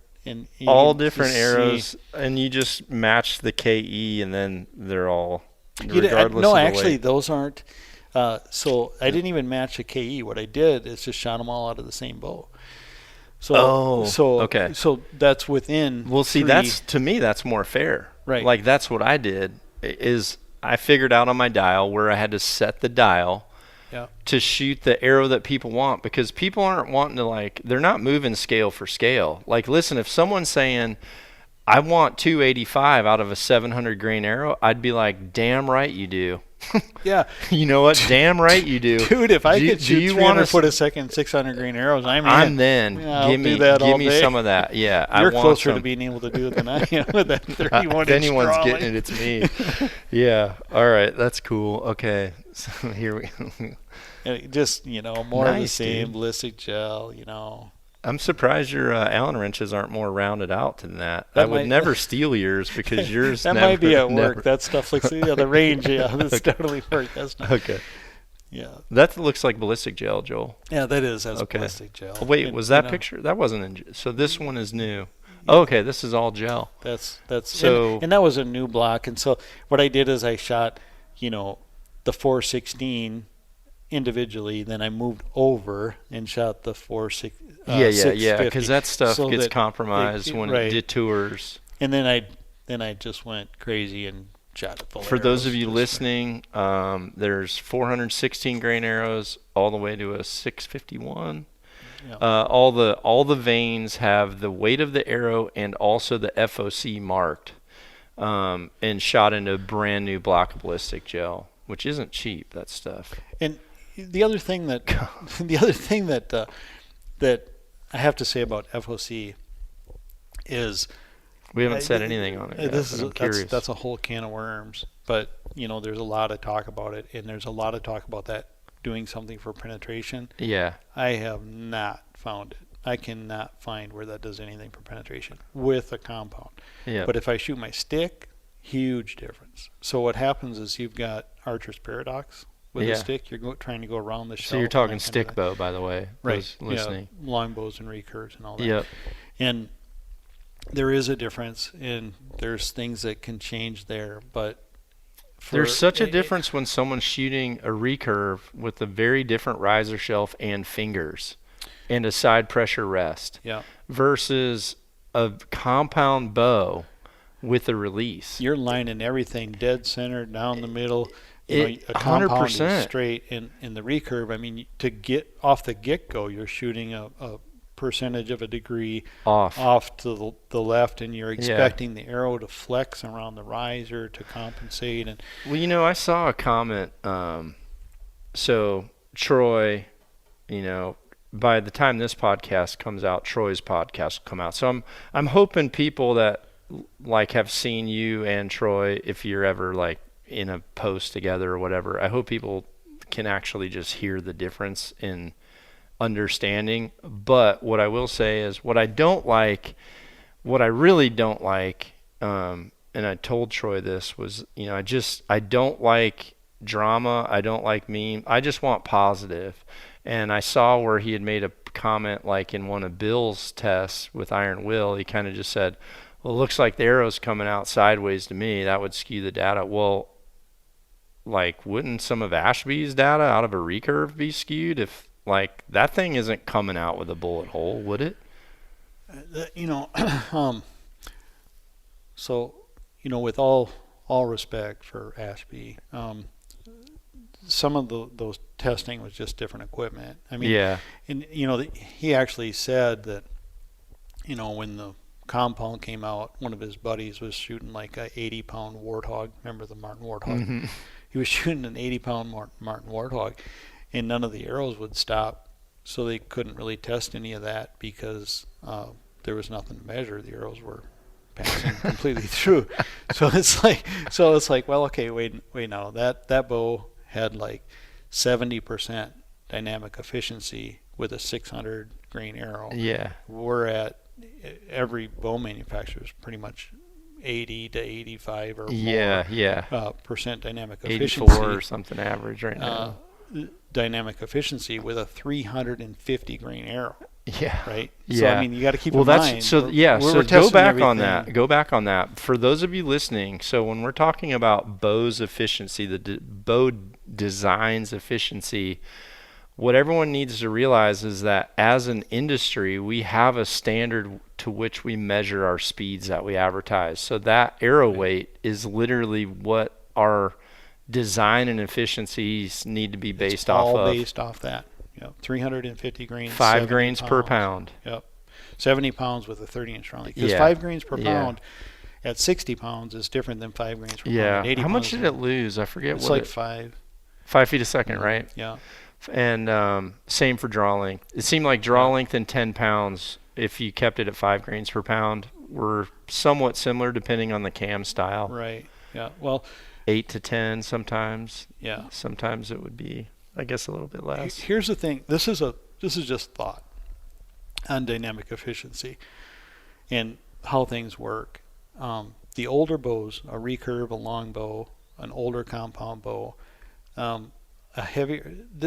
An engineer made this statement. One of my buddies, and it's the best statement explaining. It says it all in just a little quote. The advantage of shooting a heavier arrow is solely from making the bow more efficient. And that's a true and accurate statement. Yeah. So what happens is because we used to shoot a 600 grain arrow, the bow was more efficient, and more of the kinetic energy went into the arrow, more of the stored energy went into the arrow as far as kinetic energy because of the dynamic efficiency that the weight of the arrow. This is an interesting thought. I'm just going to put this in your head. It doesn't work exactly like this, but I'm just going to throw this out there. This is just because I'm not going to go to. I'm visualizing a Step Brothers movie. I'm going to throw this out there. I'm just going to throw this out. If you like. So here's. Come on, Ron Burgundy. I'm not going to go. Veronica's waiting. Deliver this. I'm not going to go proprietary and into details or nothing. But so like I'm looking at a bow right now, and I see 4 sets of 2 knock sets on the string. Yep. On the top, and 4 sets of 2 knock sets on the string on the bottom. Mm-hmm. What does a knock set weigh? What was it? 3 grains? Can't remember. 3 to 5? Okay, the heat shrink that you basically got probably, let's give it 5 grains on the top and bottom of that bow that I'm looking at.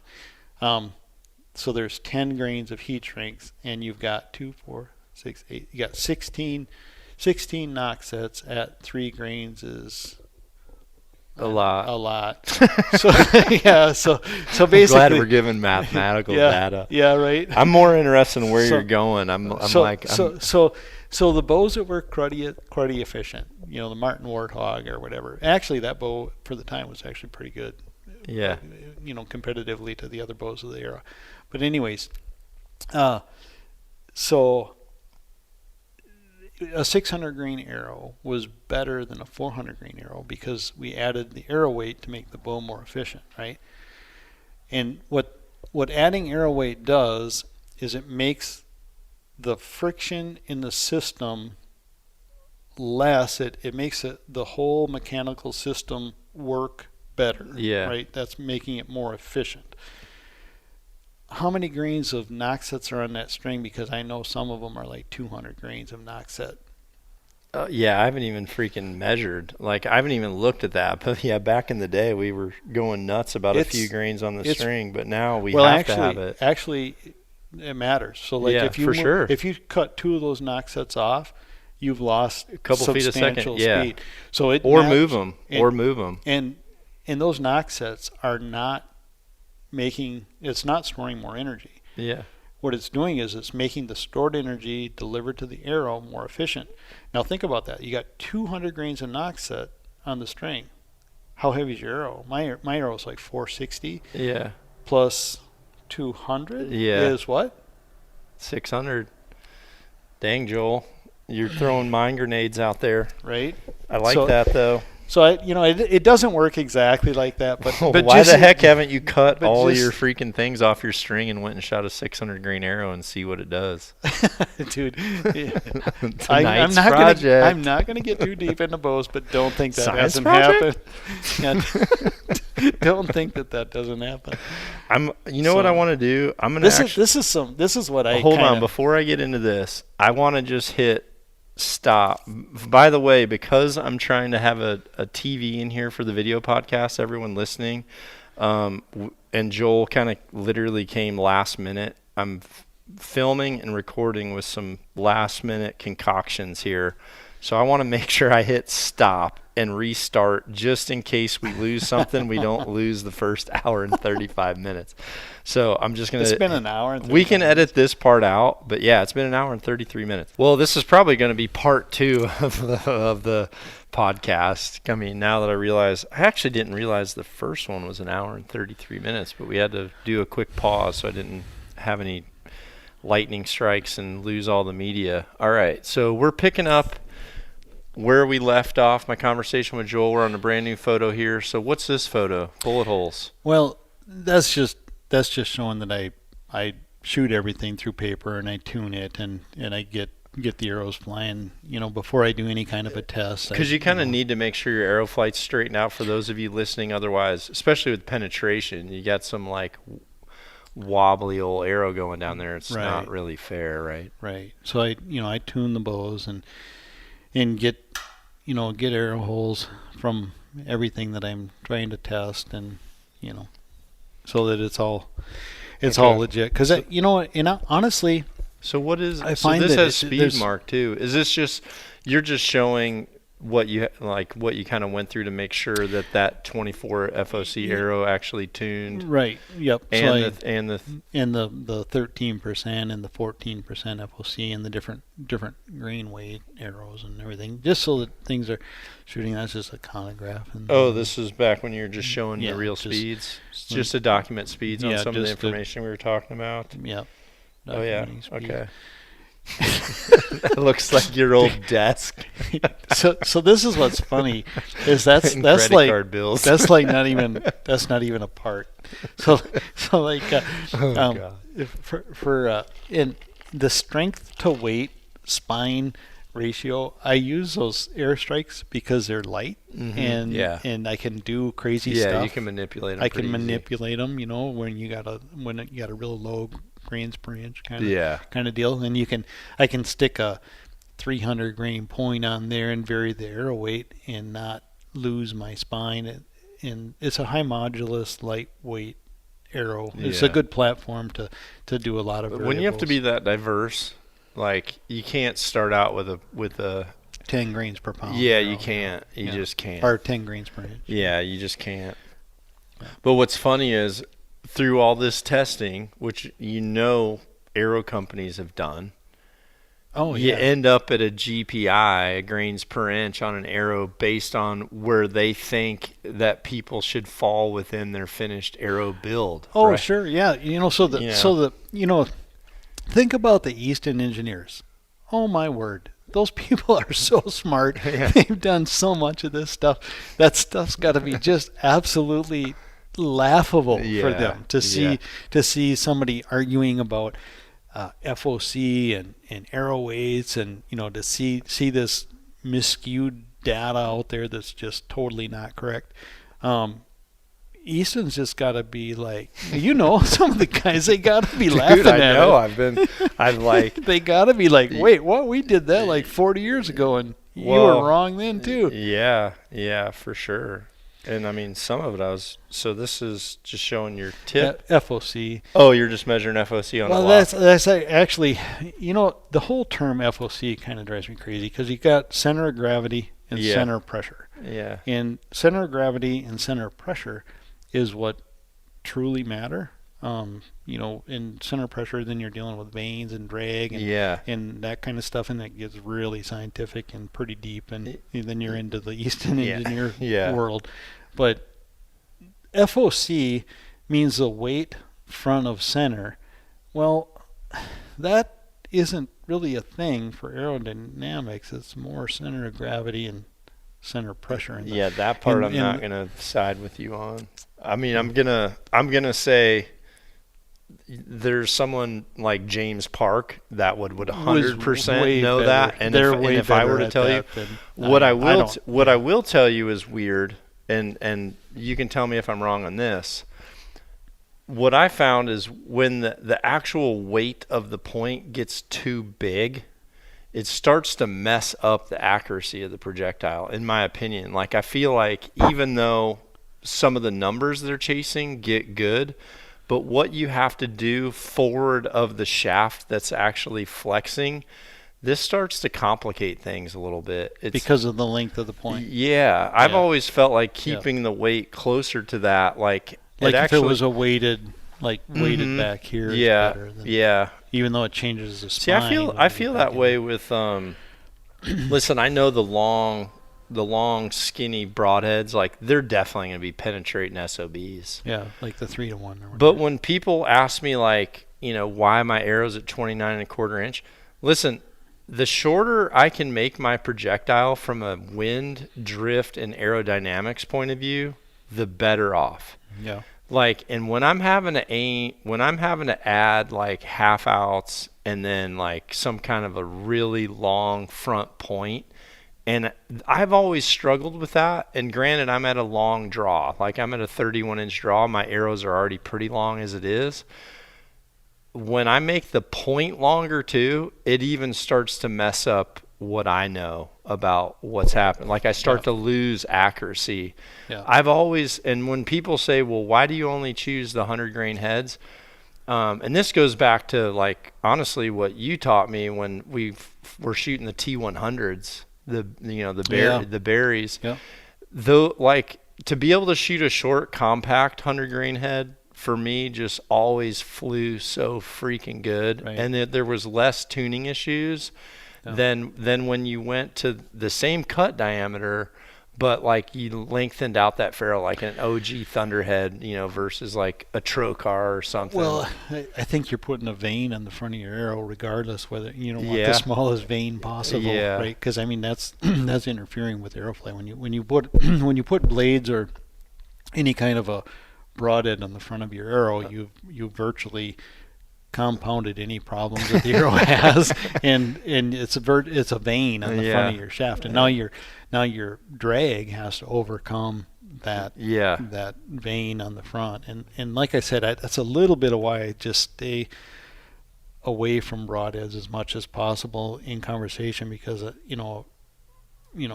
this is complicated enough. And then you get into the broadhead thing, it's like, oh my word. And then the technique, people's form, their technique, like that slow motion footage that we saw of that arrow pulling that string that far forward. If that's a fixed blade, it's already going that way. It's already going that way. It's already going that way. And depending on like the profile of that fixed blade, well, now it's like a whole different equation too. Exactly. It gets super complicated. So this, you're just showing that you actually are measuring that's FOC. I'm on measuring a block. FOC, yep, and that block is, so they start out a ways apart, and you just pull them together, and that's where the FOC is, or the center of gravity is.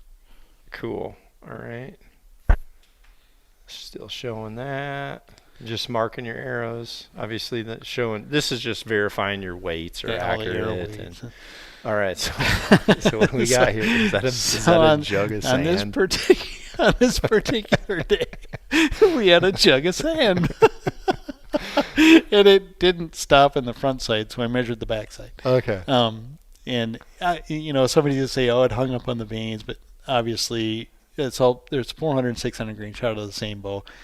They're still both stopped at the vanes. Yeah, they stopped identical. And so you got, here you are, 2970, 29-inch draw, 70-pound bow. And you got a 400 grain arrow and a 600 grain arrow. And I hear it all the time. It's like, oh man, those 600 grain arrows blow through everything. Well, I'll tell you, I'd like to see it, because I can't find it. Every time I do anything with the kinetic energy being within 3%, penetration is within 3%, which is literally unmeasurable. 3% of 90 so much of it comes down to the head. It does, and as you can see here, I try to always use the same field point and everything. But so much comes down to the head, and that's what I tell people. I'm like, listen, you almost just choose the right head. Like if you're questioning, do I have enough penetration, dude? Buy a G5 Montec solid or an iron wheel, one of those freaking iron wheels, or one of those koodoos, or like. So when I shoot a traditional bow, which I do a lot, I enjoy that. Shoot a longbow and a modified longbow and a recurve. I shoot iron wells because it's just a super quality part. Yeah. And it's great penetration. But I shoot the wides because I still can't get away from giant holes. See, I like giant holes. I'm the same way. I just like, and that's one of the things when people are saying about they have to have 2 holes, like, just because you have a hole with the broadhead doesn't mean the hole works.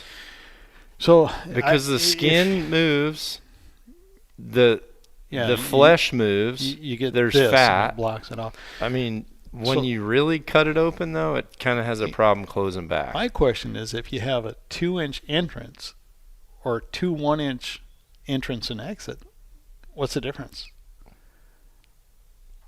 Well, in regards to what? I mean, the hole going into the critter, if it's 2 inches at the entrance, yeah, or if you have a little slit 1 inch going in and a little slit 1 inch going out, which if you make it to the halfway point. I shot a ton of stuff with Zwickies. Obviously, we're looking at a freaking big old like death canister of sand that you shot here. I love that. But you know, all those little critters that are all those little slit broadheads that I shot all those critters with.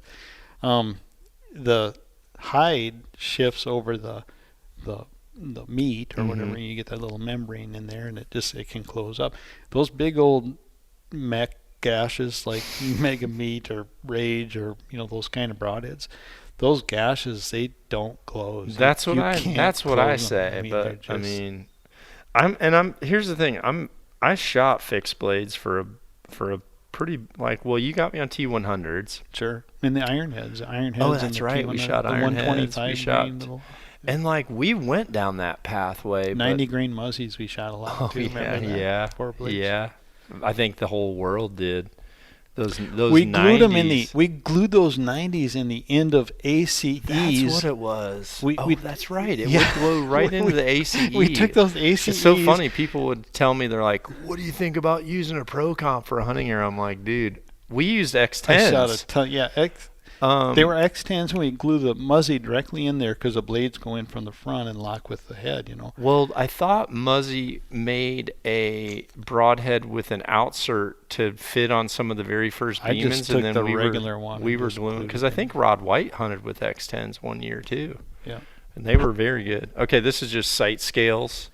So I did this picture. This is fantastic. This is a funny story. I took a picture of 2 sight scales, and I think this one's like 314, and that was like 259. It was off that other. No, slide. It's the other way. That's definitely 250. Yeah. But the speeds were that, and I posted that, and it just to show the difference. Obviously, what I'm showing is, I showed similar. This is 50 grains, and this is 50 yards, and this is 50 yards, and showing the difference there. 14 yards. And different. Just at 50. Yeah, and so I posted that, and I had like a couple private messages and a bunch of comments actually on the photo. It's like, what is that? Where did you get that? Honestly, I'm not kidding. It's like, are you serious? That's a sight tape. And they're like, where do you get those? And it's like, well, we used to print them on like an actual piece of junk printer. All right, what do we got here? More penetration? Something. Let's keep going. Yeah. So, okay. Here's the real pin gaps. Yeah, this is real pin gaps, from, and I don't even know the speed. This is probably 259 and 300 or something. But what's going on is I literally have all kinds of screenshots that I take off posts where guys, they're 20 and 30 are this far apart, and then their 40s then down their 50 here. and 60 get tighter together somehow. And this is down here, and it's like, not to be mean, buddy, but your bow is not sighted in. It doesn't work like or you're centering your pin and your peep when you get to the longer distance. Some people could do that. Doing your housing on one and your peep on the pin on the other. Yeah, like I do think people might do that without really But here's the thing: when your pin gap is that big, it's so hard to actually center pin and housing, because you're looking at so much of the real estate.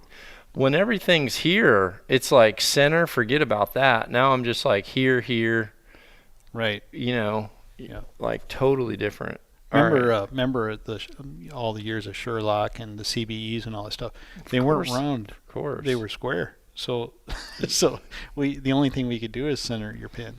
You couldn't even center You got some old Sherlock stuff. I'm sure. It says old sights on the bottom left.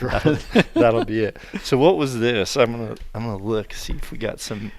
So that's just a variation of arrows, and again, that's in a foam target, which I know people discredit the foam and they say that that's not something that you can measure in, but it is repeatable. And if I vary the kinetic energy, those are all shot out of the same bow. I found something under an old site. Check that out. Nice. Golden key. Dude, here was one of our OGs, because this was one of the worm gear ones Steve built for us. Oh, yeah. The ones that move fast. Yeah, remember that? They were like quick. They were really accelerated. Yeah. Oh, dude, I can't believe I don't. I have some of those old Sherlock originals. Supremes with the square thing. There was no centering that in your peep. It was rectangular. I know, it was horrible. Gosh, I thought I had saved one of those. And the CBE one too. Remember, the CBE one was square. Yeah, they were great. Yeah. CBE was super good sight, but it was like when old Joe and Sandy made them. But the housing was rectangular. You couldn't really center it. But. All right. Okay, let's. Oh no. Great. Okay, we're back, thankfully.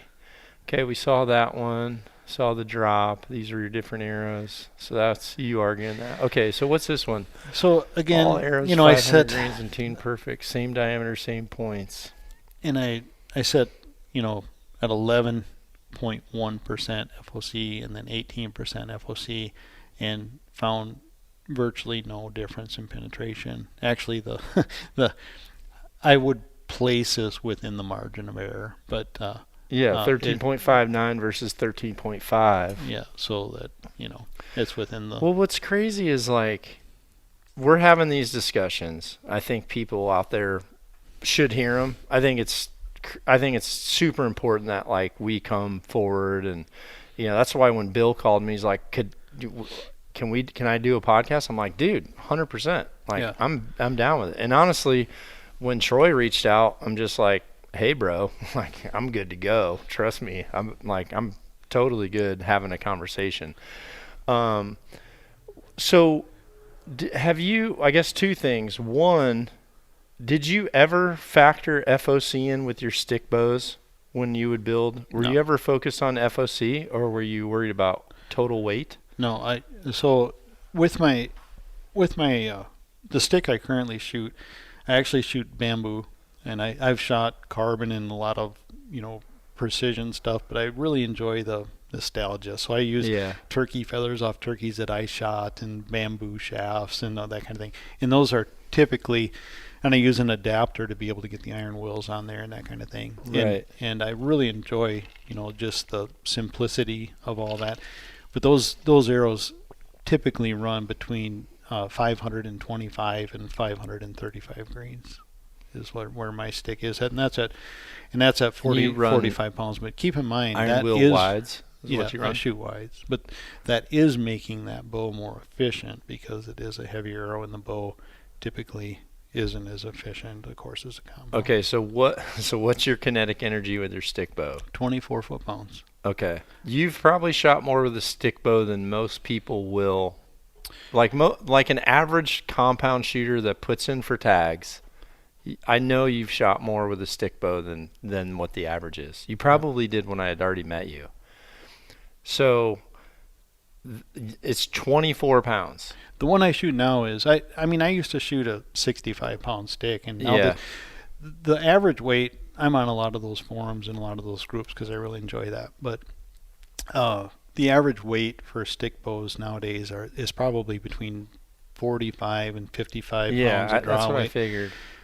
And they're so they'll get in the low 30s, or they're not getting the foot-pounds of kinetic energy anywhere close to what their draw weight is. So they're not getting the foot-pounds of kinetic energy. Do they get into the 40s yet on some of these? Like a 55-pound. They'll get in low 40s. Probably would get in. So literally they're getting a little bit less than Janice still. Mm-hmm. Yeah, my stick bow will never be what Janice's bow is. And so like say Janice's specs once again. So for those of you listening, like, think about this when you're debating this and you're like questioning, I want to make sure that I can kill a deer and I'm not worried about a heavy arrow. I'm only shooting at 30 yards or less. Like, these are all understandable comments, but like, do not be afraid of shooting a whitetail with modern compound equipment. So Janice's bow she's a 25-inch draw length, and she shoots like 52 pounds. And she shoots a 354 or 359, depends on what I'm doing, grain arrow out of the bow. And which head? Oh, yeah. So she shoots expandables. She shoots max. And here's this is a funny thing with that. I mean, she said, like, crazy falls, like amazing successful falls like you've had recently. Yeah. She's had falls like that where, I mean, 5 monster bucks and a bull elk and a moose, and we've been to Africa and plains game and New Zealand and South Pacific game and all the different animals. And like I said, she's been my hunting buddy through lots and lots of stuff and shot. She was a baller. Literally, I love the old pictures of her back when you guys had that Cherokee that you totaled on the antelope hunt. Yeah, she loves antelope and she loves bears. She shoots gazillions of bears, but the probably I don't know, hundreds of whitetails. Over the years, I would say it's crazy at least. but again, rage hypodermic and rage tripans are sticking in the dirt on the other side. And people are going to say, oh no, I see it on TV that the arrows don't go in very far. No, I don't even know how that happens, because I kept all the data from a couple of years, and I had 2 years of data, and this is not that great. I'm not proud of this, but I hunt out west a lot. So I'm just going to defend myself a little bit. My average shot distance for the first year was like 56 yards. Yeah. But that included that's probably an average distance for western mule deer or antelope. It included a bunch of antelope and a bunch of mule deer and maybe an elk or two, and then it included some whitetails too. But my average shot distance was far like that. And I had all the data recorded. In the first year, there was a bunch of animals, and there was one arrow that hung up on the fledge. It went through, and it was an antelope. It went through the rib cage, like quartering away, and it caught like the back of the scapula, I guess. But it hung up on the fletch on the opposite side, and that's the only arrow that stopped. I never had an arrow stop. I always aim offside arm, and honestly, I like to stick in it. I mean, if you break it, it's great. I say the same thing. Like, honestly, I'm just like, I want to stuff this arrow in there. And if they're running off and I can see exactly where that thing is, and honestly, if it's not like forward of the scapula knuckle, if it's from there back to the flank, I mean, with a tripan, like, it's kind of a done deal. I always said, when we were running around, I always said I always joked, and I said if it's below the spine and behind the shoulder, you own it.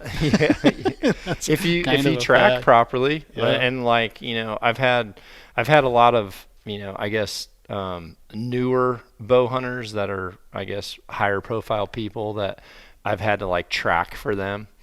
And, they just come off like, I've never seen anything like how this guy tracks. And I'm just like, dude, you should see what I grew up with. Like, Joel is a flat out, like bloodhound. So what's this test? Is that carpet? No, this is the lid off a really cool cooler that I used to have. But the foam was like this thick on all the sides. And so I filled it with really consistent sand, and I thought, well, that'd be a cool test.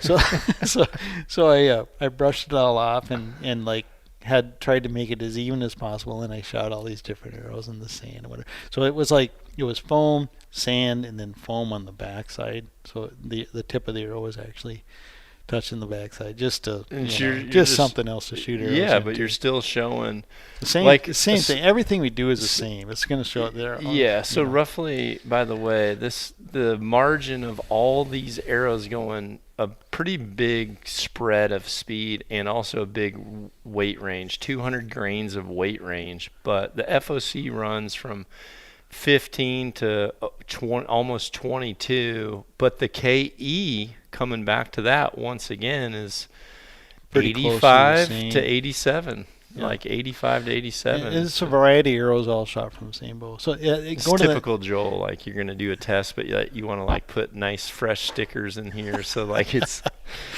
you would do that when we'd have our little test things. You'd be like, well, make it look nice. Lipstick guys. on a pig.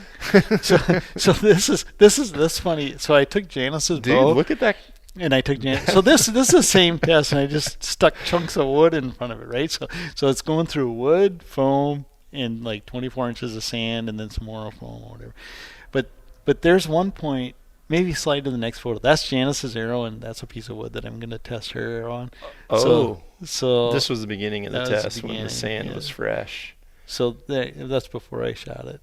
But go to the okay. next So one. the next picture is going to be. I don't know if it's in there, but anyway. So Janice's, I did Janice's arrow. Okay. And so this is all my bow with like 87 foot-pounds of KE. Yeah. Is what and I you're was pretty much to the fletch. Fall, and they're all equal. This is hers, and her arrow's sticking out like like a foot and a half farther than mine. And, And the point is, we know that her bow performs. I mean, she's going to shoot a big old huge buck this fall. It's going to go through and stick in the dirt. She's got half of what any of this stuff is even doing, yet she's still going to go. She's going to shoot through anything. Yeah. Yeah. I think if anyone is in question, just get a really good, like, do research on people that can actually prove to you that a broadhead flies well. That is such a more important place to use time. And honestly, that like there's her. Like Bill was on here for a reason. He's got a good product. This particular one was 364 grains, and it was shooting 235 foot a second. So it's a little bit heavier than what a normal setup would be. Yeah. And that's her arrow, and I think that's the arrows that she shot a moose with.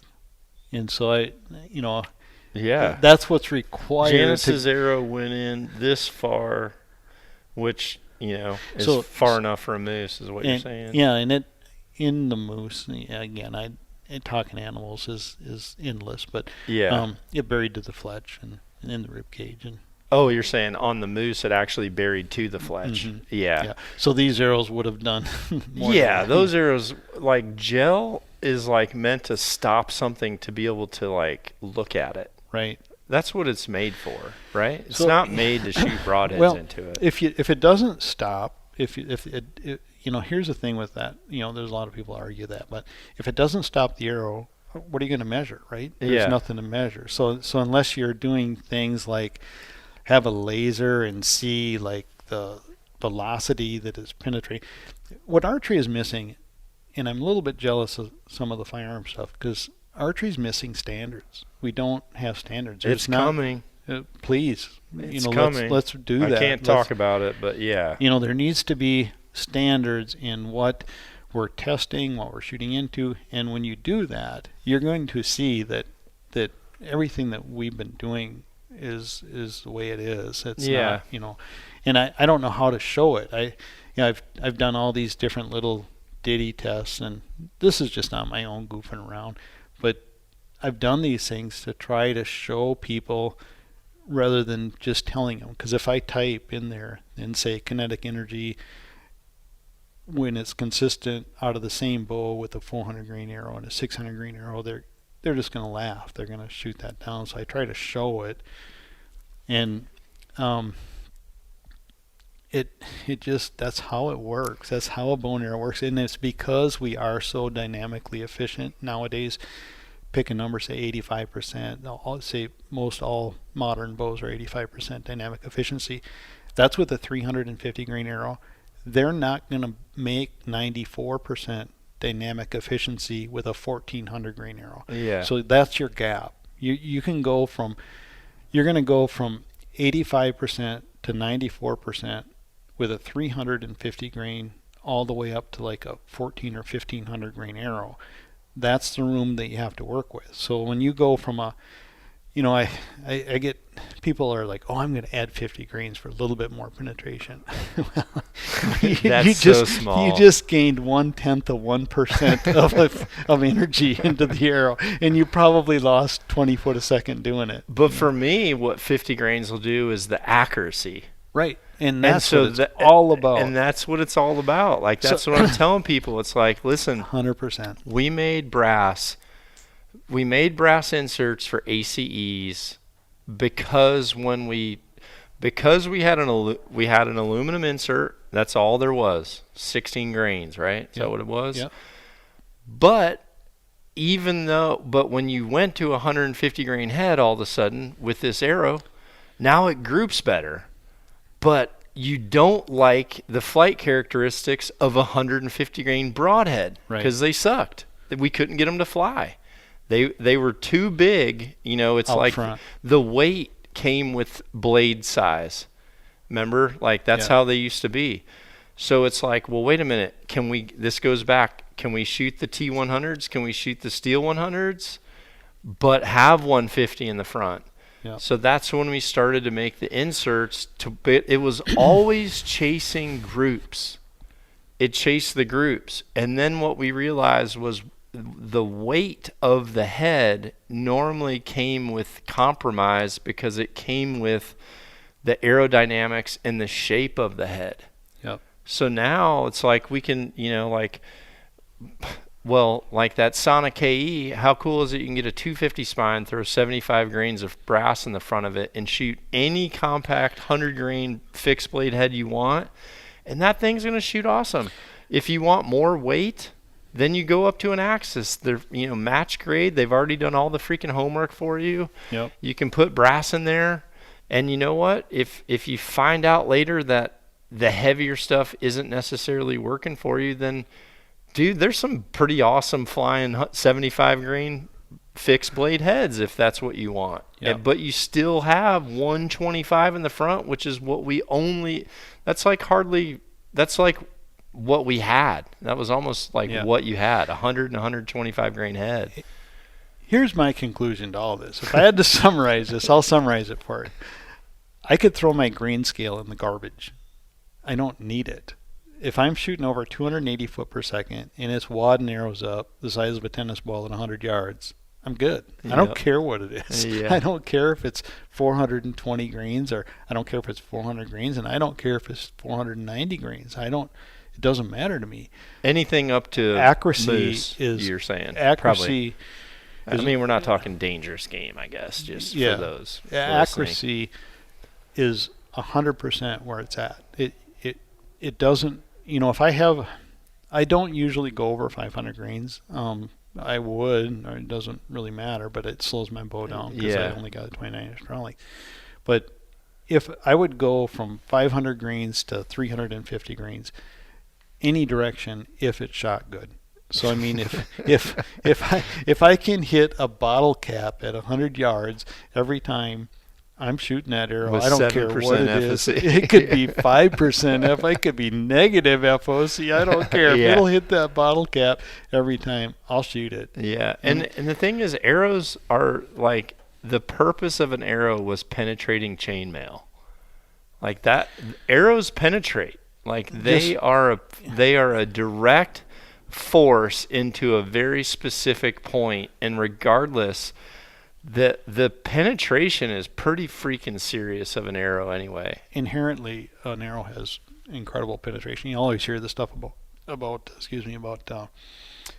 safety vests, like the Kevlar vests. Yeah, and it'll stuff. go through that like butter. And a bullet doesn't, that kind of thing. So it disperses energy, but the arrows focus the energy on the point of the arrow, which is so small that it just like... Did you see that post the other day where I posted when I went to Oakley to test? They'd had glasses and helmets that they were making for some of the special forces teams that were in Ramadi.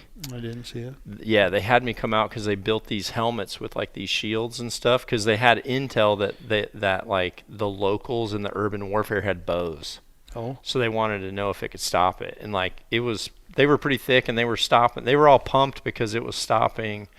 It stopped a 45 out of a handgun. It stopped a 12 gauge like bird shot. Yeah. And it also, they had like this big ass spike that they were dropping, like a huge spike. And but the spike it was a little blunt. And so I just said, I'm like, dude, all that stuff disperses energy. It's not inlining it like an arrow. And so they had all these things on crash test dummies. And I just got to shoot these things in the face. and at first they're like, what about longer distances? So I was shooting these heads at 100 yards. And nothing stood a chance. No. Like, not even close. And these heads were like, they were very dense. It wasn't like a head like you would shoot in the backyard from a mannequin you found at TJ Maxx or something. But no, they were like dense freaking heads. And I mean, and it was like pinning the glasses like to the head and the helmets and everything. I was just pinning the helmets to the head. Really? And I'm just like, dudes, it's so direct. And I'm like, and this isn't a broadhead. It was just like field points. Yeah. And I'm like, you put something else on there, like, like a Muzzy could just shatter that thing. You know what I mean? So, and here's the thing for those of you listening, I value Joel tremendously. I'm so glad he came. Thank you for coming.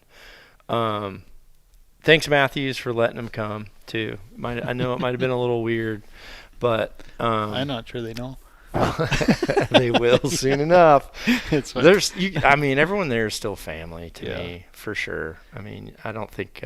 This testing that I do, and the posts that I do, again, that's not Mathews. That's me just as a hunter and as an observer of what's going on in the industry. And I've told you this a lot of times. You do so much to educate in archery that I can't thank you enough and tell you how much I appreciate the school and knock and all the stuff that you've done to educate people, and like your advice on every single piece of equipment and the breakdown and how it works and all that. That's super cool. I mean, that means just a ton.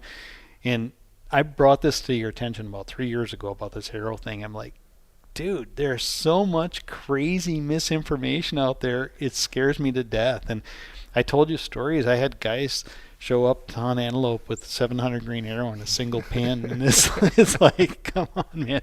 And so, I'm glad that you finally addressed it. I don't do podcasts, and I'm not that guy, but I figured I kind of owed you this one. Because you did bring it to light. Yeah, well, I appreciate that. But it's just so important for people listening to make sure you listen to those who have done, not those who talk about. And I've always said that with coaches. Like, it was always hard for me. It was hard for me as a football player to like really listen to a football coach if they never played football. And listen, if it was like a sports psychology coach, for sure. But someone that's like telling me how to hit a guy and they played tennis, I'm like, okay, well, this is a little bit different. So with archery, it's the same way. Like, there's certain people that I 100% value their information, because it's not like, it's hard enough to duplicate a test for a real animal. Like, this is really hard because I'm not trying, actually. This is just disclosure. I'm not trying to emulate an animal. Well, that's what I'm saying. But this is just a tested material. Yeah, this is like material. But the thing is, the animal is so different. It really, really, really is. It's a terrible medium. And people who, honestly, people who haven't killed a lot of things and tracked a lot of things and seen people that shoot a wide range of things, it's not experience in the real life hunting world. And Joel has you got a super slam and a grand slam. I mean, okay, listen, he's seen every species. He's seen, and it's definitely not singular in his attack on these species. I like the numbers way more than I don't even want to. I don't even want to ask you a number, and I wouldn't don't be. know Yeah, I'm sure you wouldn't know it. It's like well in the 4 digits. Like it's got to be. But like, so here's something that's awkward to talk about. Well, like when the Spitfire came out, dude, we were like NAP, right? I'm not gonna go deep. We had a wonderful day. Yeah. So fun. Like, for those of you watching, they're like, broadheads have to be tested, not just based on like a few people get them before season starts, and especially when a jackknife style NAP product comes out. A lot of things had to go down, and honestly, it would have been more. It would have been worse if a product wasn't properly tested and came to the market, right? I mean, and I feel like that we felt that way about it, but we also like had a discussion that they couldn't all be like perfect angles. It was kind of like we need to know what this does. Because this was going to change the game in a market. Some were out of a tree stand, some were level on the ground. I mean, we did a lot of different, angles. Yeah, I think, definitely. There wasn't like quartering away, to, from, like whatever. Like we had to know, right? And that was just one instance. Yeah. Just one instance. But like, there were times where our friend group would hunt the last 2 days of season where all tags got compiled, right? And I mean, there was a lot of different arrows and broadheads and tracks and like lots of animals in the backs of trucks. Right. Like to the point where like it's not good to tell stories like that in the industry because it gets outside of the industry. But what I'm saying and what I'm pleading to those of you listening is like, please base this on stuff from people that have seen this in real life application. Like you can't. That was what was really hard. It's very, very hard for me to really take too deep into heart, like a path that is literally navigating a pretty substantial portion of the industry to have expertise in killing when the fact is like you or I have had single days that could have added up to like what some of these people have had in a lifetime. Yeah. Or at the point where they're giving the information. For sure, seasons that are much greater. Yeah. So I really do want people to. I want people to come into archery, and I want them to stay in archery. And I know people stay in archery when they're freaking good at it. When they have success. Yeah. When they hit the middle, people love it. Yeah. I mean, and they come unglued. When people hit Bigfoot at 100 yards and they've never shot past 50 yards. They're running there for the next year. They want, like, there is nothing cooler than being accurate with archery equipment. Yep, it's literally like what makes everyone in this room tick is seeing an arrow tick-tock into the middle. But the only thing that would make me want to give up archery is like when you can't hit the middle even when you know you should. Right. And some of these setups is doing that for you guys out there. I'm telling you because I know it. Like you're using your bow to just a fraction of its potential. Whatever the bow is, you're using it a fraction to the potential that it has when you're limiting yourself on arrows. Yeah. Well, do you have anything you want to say? No, just on the note of testing and the broadhead thing. And again, I don't typically go into broadheads, but I will say something about mechs. I was a fixed blade guy. I was 100% a fixed blade guy. I hated mechs. I know. You did it dude. first. You started first. I'm know. like, you need to get away from that. Right?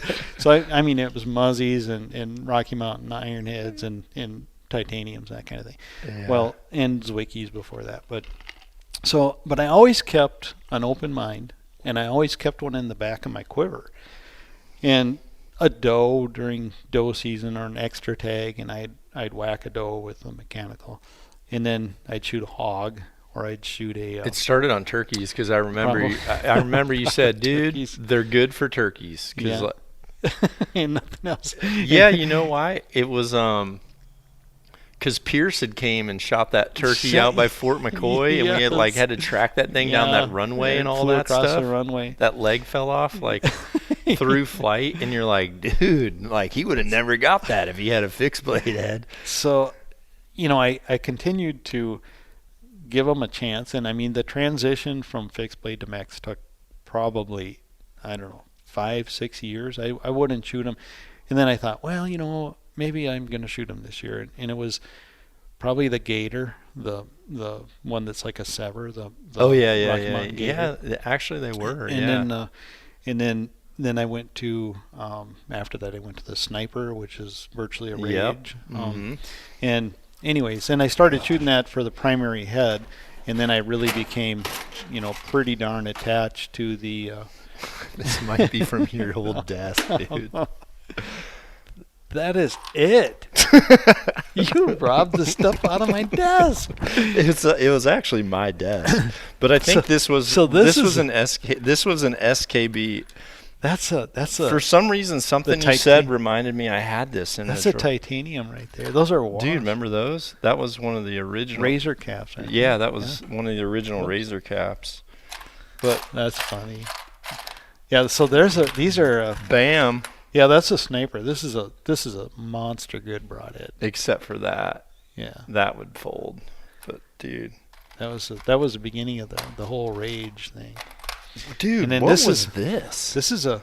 These are all heads we shot stuff with. I'm sure of it. I'm sure of it. What is that thing? What that is? It almost looks like a Mega Meat. No. Have you ever seen that? I mean, it could be listen, everyone watching that, these are prototype stuff that I'm not even might not even came out. Yeah. But so this guy here is look how compact that thing was, because obviously we wanted something to fly like a peel point. That's a gator. That's a gator. Well, no, that's an Ulmer Edge. That's an Ulmer Edge 2.0, one of the first ones. I don't think so. I think that's a gator, because they are very, very similar. Yeah, but it's the blade lock right there. I can tell. Oh. So I'm sure there's a gator. That's the OG gator. Oh yeah. There's an OG gator right there. Yep. Dude, what was opened this? And pivoted like that. What the heck was that thing? That might have been something I made.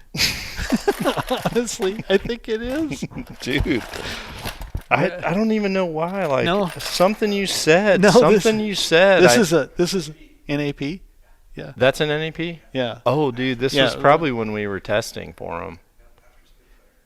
Is this the one that we shot down? Oh, for sure. No, this actually would have been. So when we went and first started, because we had Vogel with us, right?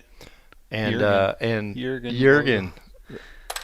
Well, we had Terry, right, and Jürgen, and Bob Isaac. Oh, that's right. Terry Verbal. Yep. Verbs. And I mean, this is one of many. For some reason, you said something. Funny. You know what this was, dude? This was a sample when SKB. Remember when we were working on the cases? When we were working on the first case prototypes? Yeah. We were they were showing us durability, and they were these were their little travel sales samples. So.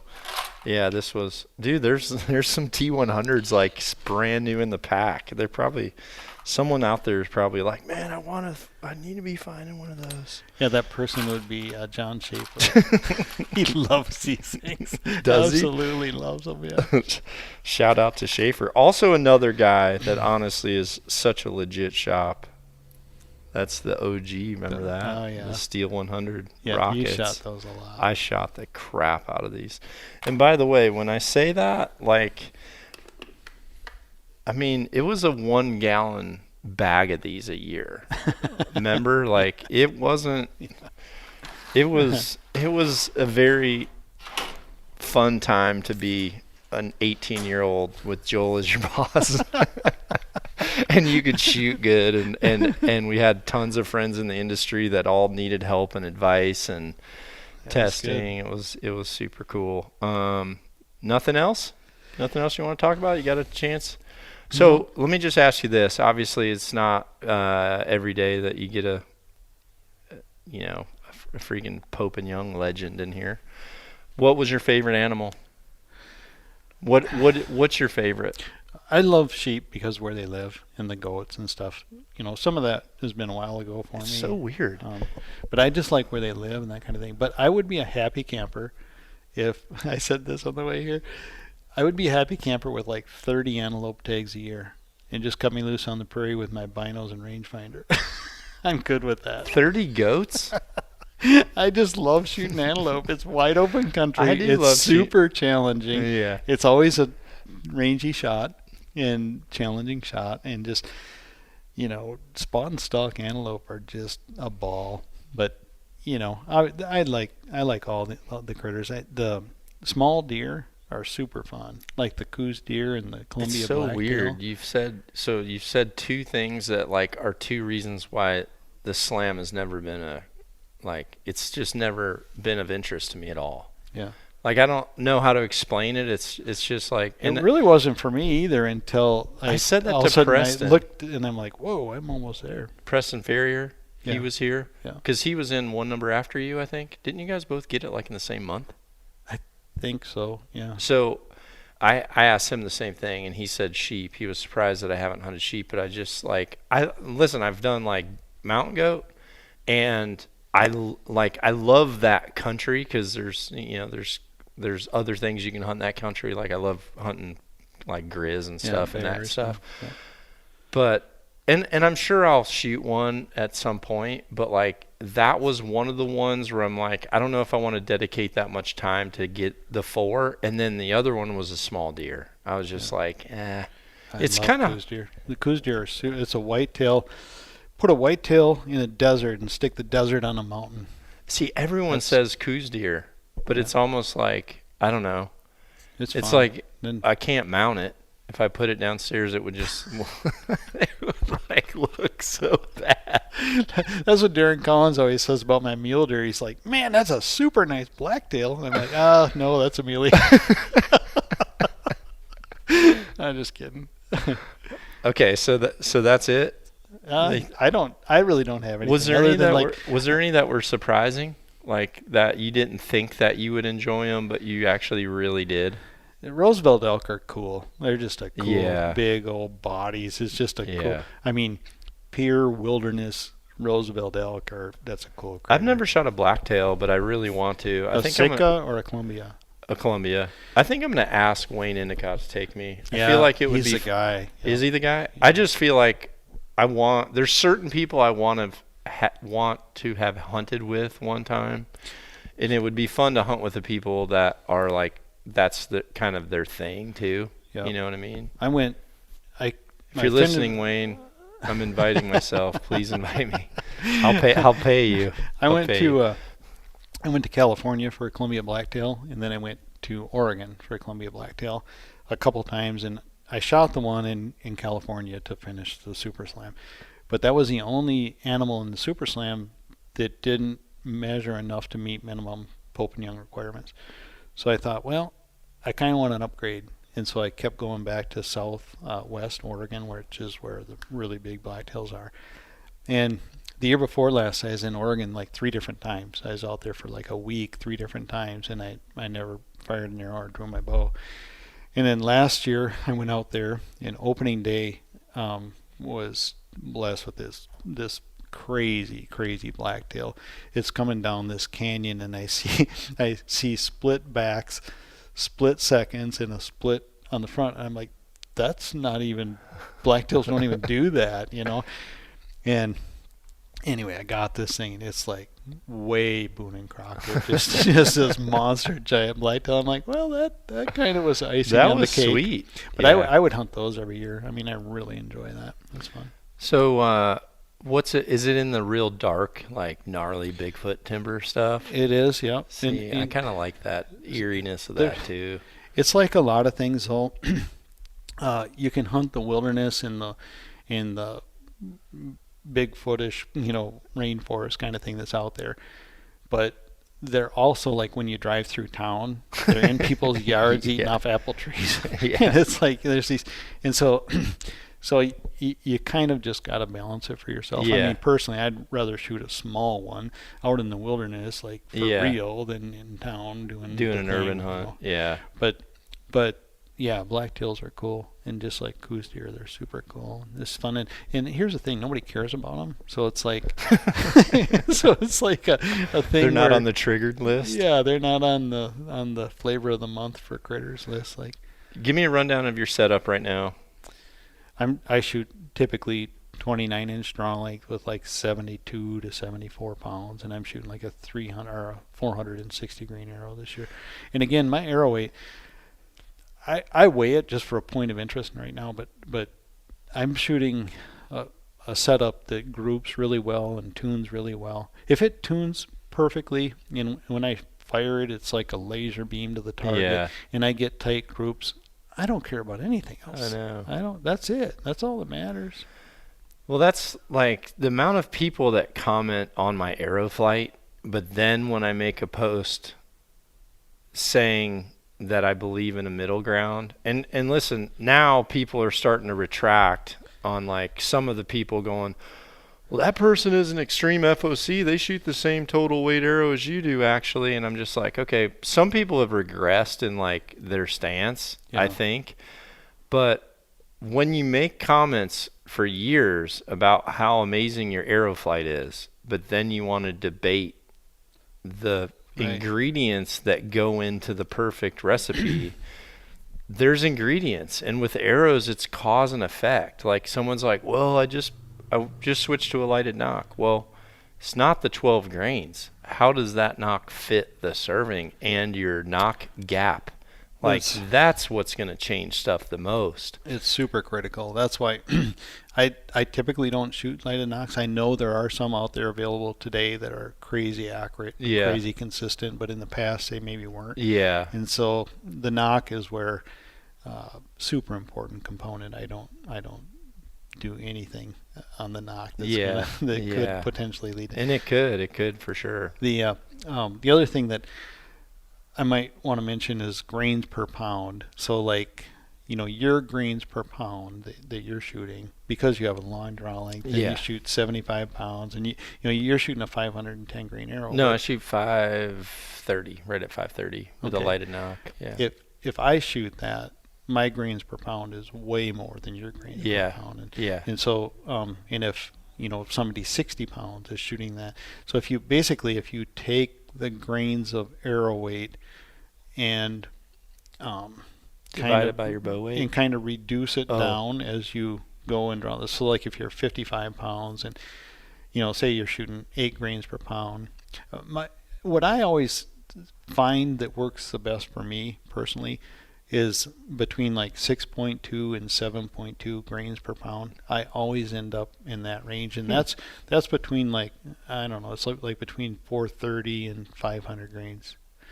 And that you could go 6.5 to 7.5 grains of arrow per pound of bow weight.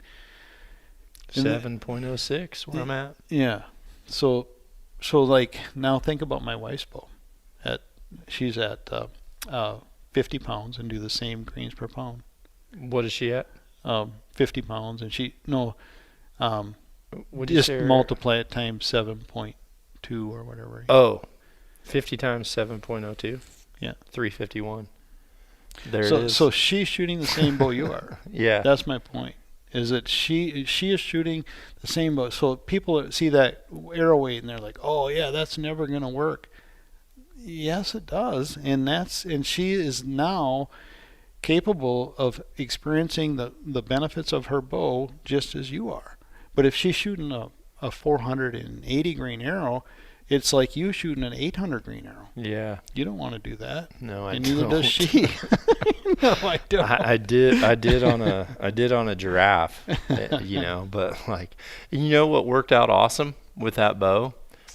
Here's what was amazing about that bow. I had a bow at like just over 90 pounds, and I took my regular axis, 530 grain axis, and that's what, like, I sighted it in, and I knew where I was going. They had a nuisance bull, but it was like, what happened was it was so old that the younger bull that was born on the place got to the point where they were both mature, and so they were eating the foliage underneath to try to, because they were both fighting for breed. Sure. So they were trying to get the estrus to come back in, so they're trying to kill the foal out. So they had to like get rid of one, and they said, like, if you see this one, you could shoot it, but like you need to be ready for it. So I made an 800 grain arrow, and I took my 530 grain arrows for everything else, and let's see, go back. I don't want everyone to see the Apple TV here. So it worked out really cool because 530 grains, I had my 20, 30, 40, 50, 60, but with the 800 grains, my 40, 50, 60 was my 20, 30, 40. Yeah. Like, and I'm talking like dead on too. So it was pretty awesome to be able to go there and do that. Yeah. But would I want to shoot that thing? Like, it's like going back to like a Red Ryder where you're like watching the BB, right, or a slingshot where you're like, watching that thing. Like, I don't. So, we bow fish all the time, right? So you constantly, I've got 1,000 bow fishing arrows laying around all over the place. Well, I fletch those babies up. I put inserts and nocks and fletch them with regular vanes and stuff. So a typical bow fishing arrow is like 1,200 grains. Yeah. And so everybody thinks, oh man, I'm shooting a 1,200 grain arrow and it's going to bowl the deer right over, if you were to build some kind of extreme thing.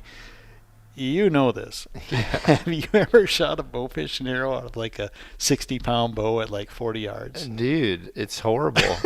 It's almost like the bow wants to bounce back at you. It's got recoil. Yeah. It literally has recoil. And which is not good for energy. But it doesn't, I'm thinking, I'm personally in my head, I'm thinking, okay, this is going to be impressive. Yeah. This is going to be pretty cool. Yeah. So I do some of that stuff. I'll take a 60-pound bow or even my 70-pound bow, and I'll shoot the 1,200 grain arrow all fletched up like a regular arrow, tuned to perfection and everything. And I'm shooting my arrows at 460 grains, and I'm thinking, oh man, that fish arrow's gonna just knock the daylights out of this thing. Guess what? It's just like a dog going down there. It's nothing. Yeah. It's laughable. The trajectory is laughable. And when it hits, it doesn't. It's like watching a kid hit a bag target where it's just like. It's just not. If they have a round point, it just bounces. In the kinetic energy down there is the same. And, it's probably something to do with trajectory or whatever. But anything that I've done as far as penetration is not impressive. Yeah. It doesn't do more than the proper arrow for the proper setup. Well, and the proper tip for the setup too. Yeah. And now, like I said, if you're doing elephant, or if I was going to do an elephant, I would stick probably to the 7.5 grains per pound. To people who have actually. But I'm going to shoot 110 pounds. Yeah.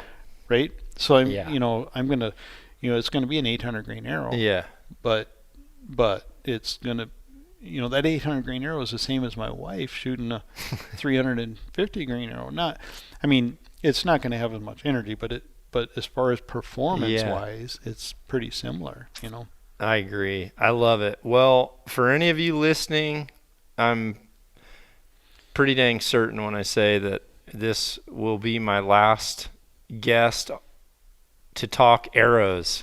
It's hunting season. Like I've loved doing it. I'm going to really focus now on things that are going to make you more accurate. I'm going to focus on things that you can actually do in your arrow builds that will make what you're doing even better, and this will actually go even for those of you who still want to just stick with what you're doing. And hey, if you do, I'm cool with that, because now I feel like I've given education from the people in the industry that I trust the most, from the people who are doing some great tests and who are doing a good job of actually trying to retest some of this stuff. Like, that's what I appreciate about Bill at Iron Will.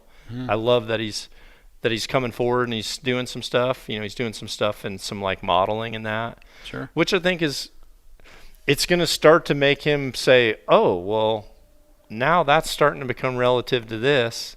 So I think that's great. But I just want the entire archery community to understand all sides, but also start to look at it from a common sense point of view, because you are going to stay in archery when you're accurate at it. You're going to stay in archery. You're going to like archery. You're going to mentor someone else to get involved with archery. And you're also going to have more success. Like, I'm confident of that. Joel and I, Les, who is actually here running camera, like, we've all experimented and went down different roads, and we've ended up where we're at based on what allows us to punch more tags. And I'm just trying to point you down that road. I know 100% Joel is too. Like, you know, any of this stuff, you want people to shoot stuff more than any person I've ever met. This stuff that I do is it's really only for other people's benefit, and I do. You gotta know me to understand this. I find all kinds of stuff to test every single day. I wreck stuff and break stuff and build stuff and rebuild it and everything else. And I don't document 90% of it because it's for me. It's not for the public. It's not for anybody. It's just for me to understand. I gotta know. If I have a question about something, I gotta know. So I do these little tests, and this isn't, they aren't super scientific. Like I said, I could white coat that stuff and do it super professionally and do it all up, but it's stuff that's the Easton guys are 100 times more advanced than any of this simple stuff, and they, all the aero engineers out there, they understand and how this works. I'm just trying to simplify and show the people that that's kind of how a bow and arrow works, and honestly, that stuff's not opinion. That is mechanics. That's how it works. It's not my opinion. It's not stuff. And what I like to do is I like to do stuff, show the results, and just post the results and not even comment. I'll not even make a comment. Post and ghost, dog. Yeah, just put it on there. And then I got a friend as P&L or whatever. He will write it up, because I don't even write this stuff up. I don't find it like that's not the fun part to me. The fun part to me is breaking stuff and shooting arrows, and so I scratch some notes, and he'll write up a report on it or whatever, And so anyways, it's just basically to get the info out to the public of what's real. And I'm not gonna post. Now, I could be wrong on something. If I am wrong and you were to tell me, hey, Joel, I don't know about this one, that's cool. I'm totally down with that. I'm just trying to put info out there that's correct, and I know that a lot of the info that is coming through the grapevine is not correct. Well, I love this info because it's just like basic, easy stuff that people can actually go do for themselves, but also, like, more than any of this is the fact that you've put this time in, and in the end, I know that you're like, there's not very many people that should argue with you in like what happens when an arrow hits an animal, because do a little bit of that. Exactly. So here's the other. This is I just got to say this because I think this all the time. This is how my brain works, and this is like so there's livestock all over by my house. There's cows and stuff. I'm not shooting cows. I'm not saying that, but there's like a big cow in the backyard, and I walk up to that cow. They're huge. I mean, they're a couple thousand pounds. These giant, big old bulls and stuff that are out back. Do you honestly think that your bow that you are out hunting deer with, do you honestly think you can't walk up there and be effective on that? 100%. I mean, I know I could do it. 100%. You just, and I'm talking, a 28-inch strong, like 60-pound whitetail bow. 100% it's going to work on that. Mm-hmm. It is certainly going to work on a deer. Yep. It's a deer is a tiny fraction of that. In that size animal, I've harvested lots, and it's effective. It'll work. Your equipment will work. Yeah. Well, everyone, I hope you've enjoyed it. It's hunting season. Get out, shoot your broadheads. Make sure you have accurate pins. Get your bows sighted in, and get reps. Reps are way more critical. If you go to a reputable shop, you get set up, your reps are so much more important than the placebos and the tinkering right now. For you sure. have to be able to shoot and repeat and repeat and repeat. And that's what we're trying to do. We're trying to put you on that path that's going to get you there. Knock on everybody. Thanks, Joel. Yep, Appreciate thank it you. so much. Yep. Be sure to check out knockonarchery.com for our full line of custom designed products, as well as free in-depth education and bow hunting entertainment to help you shoot at your best.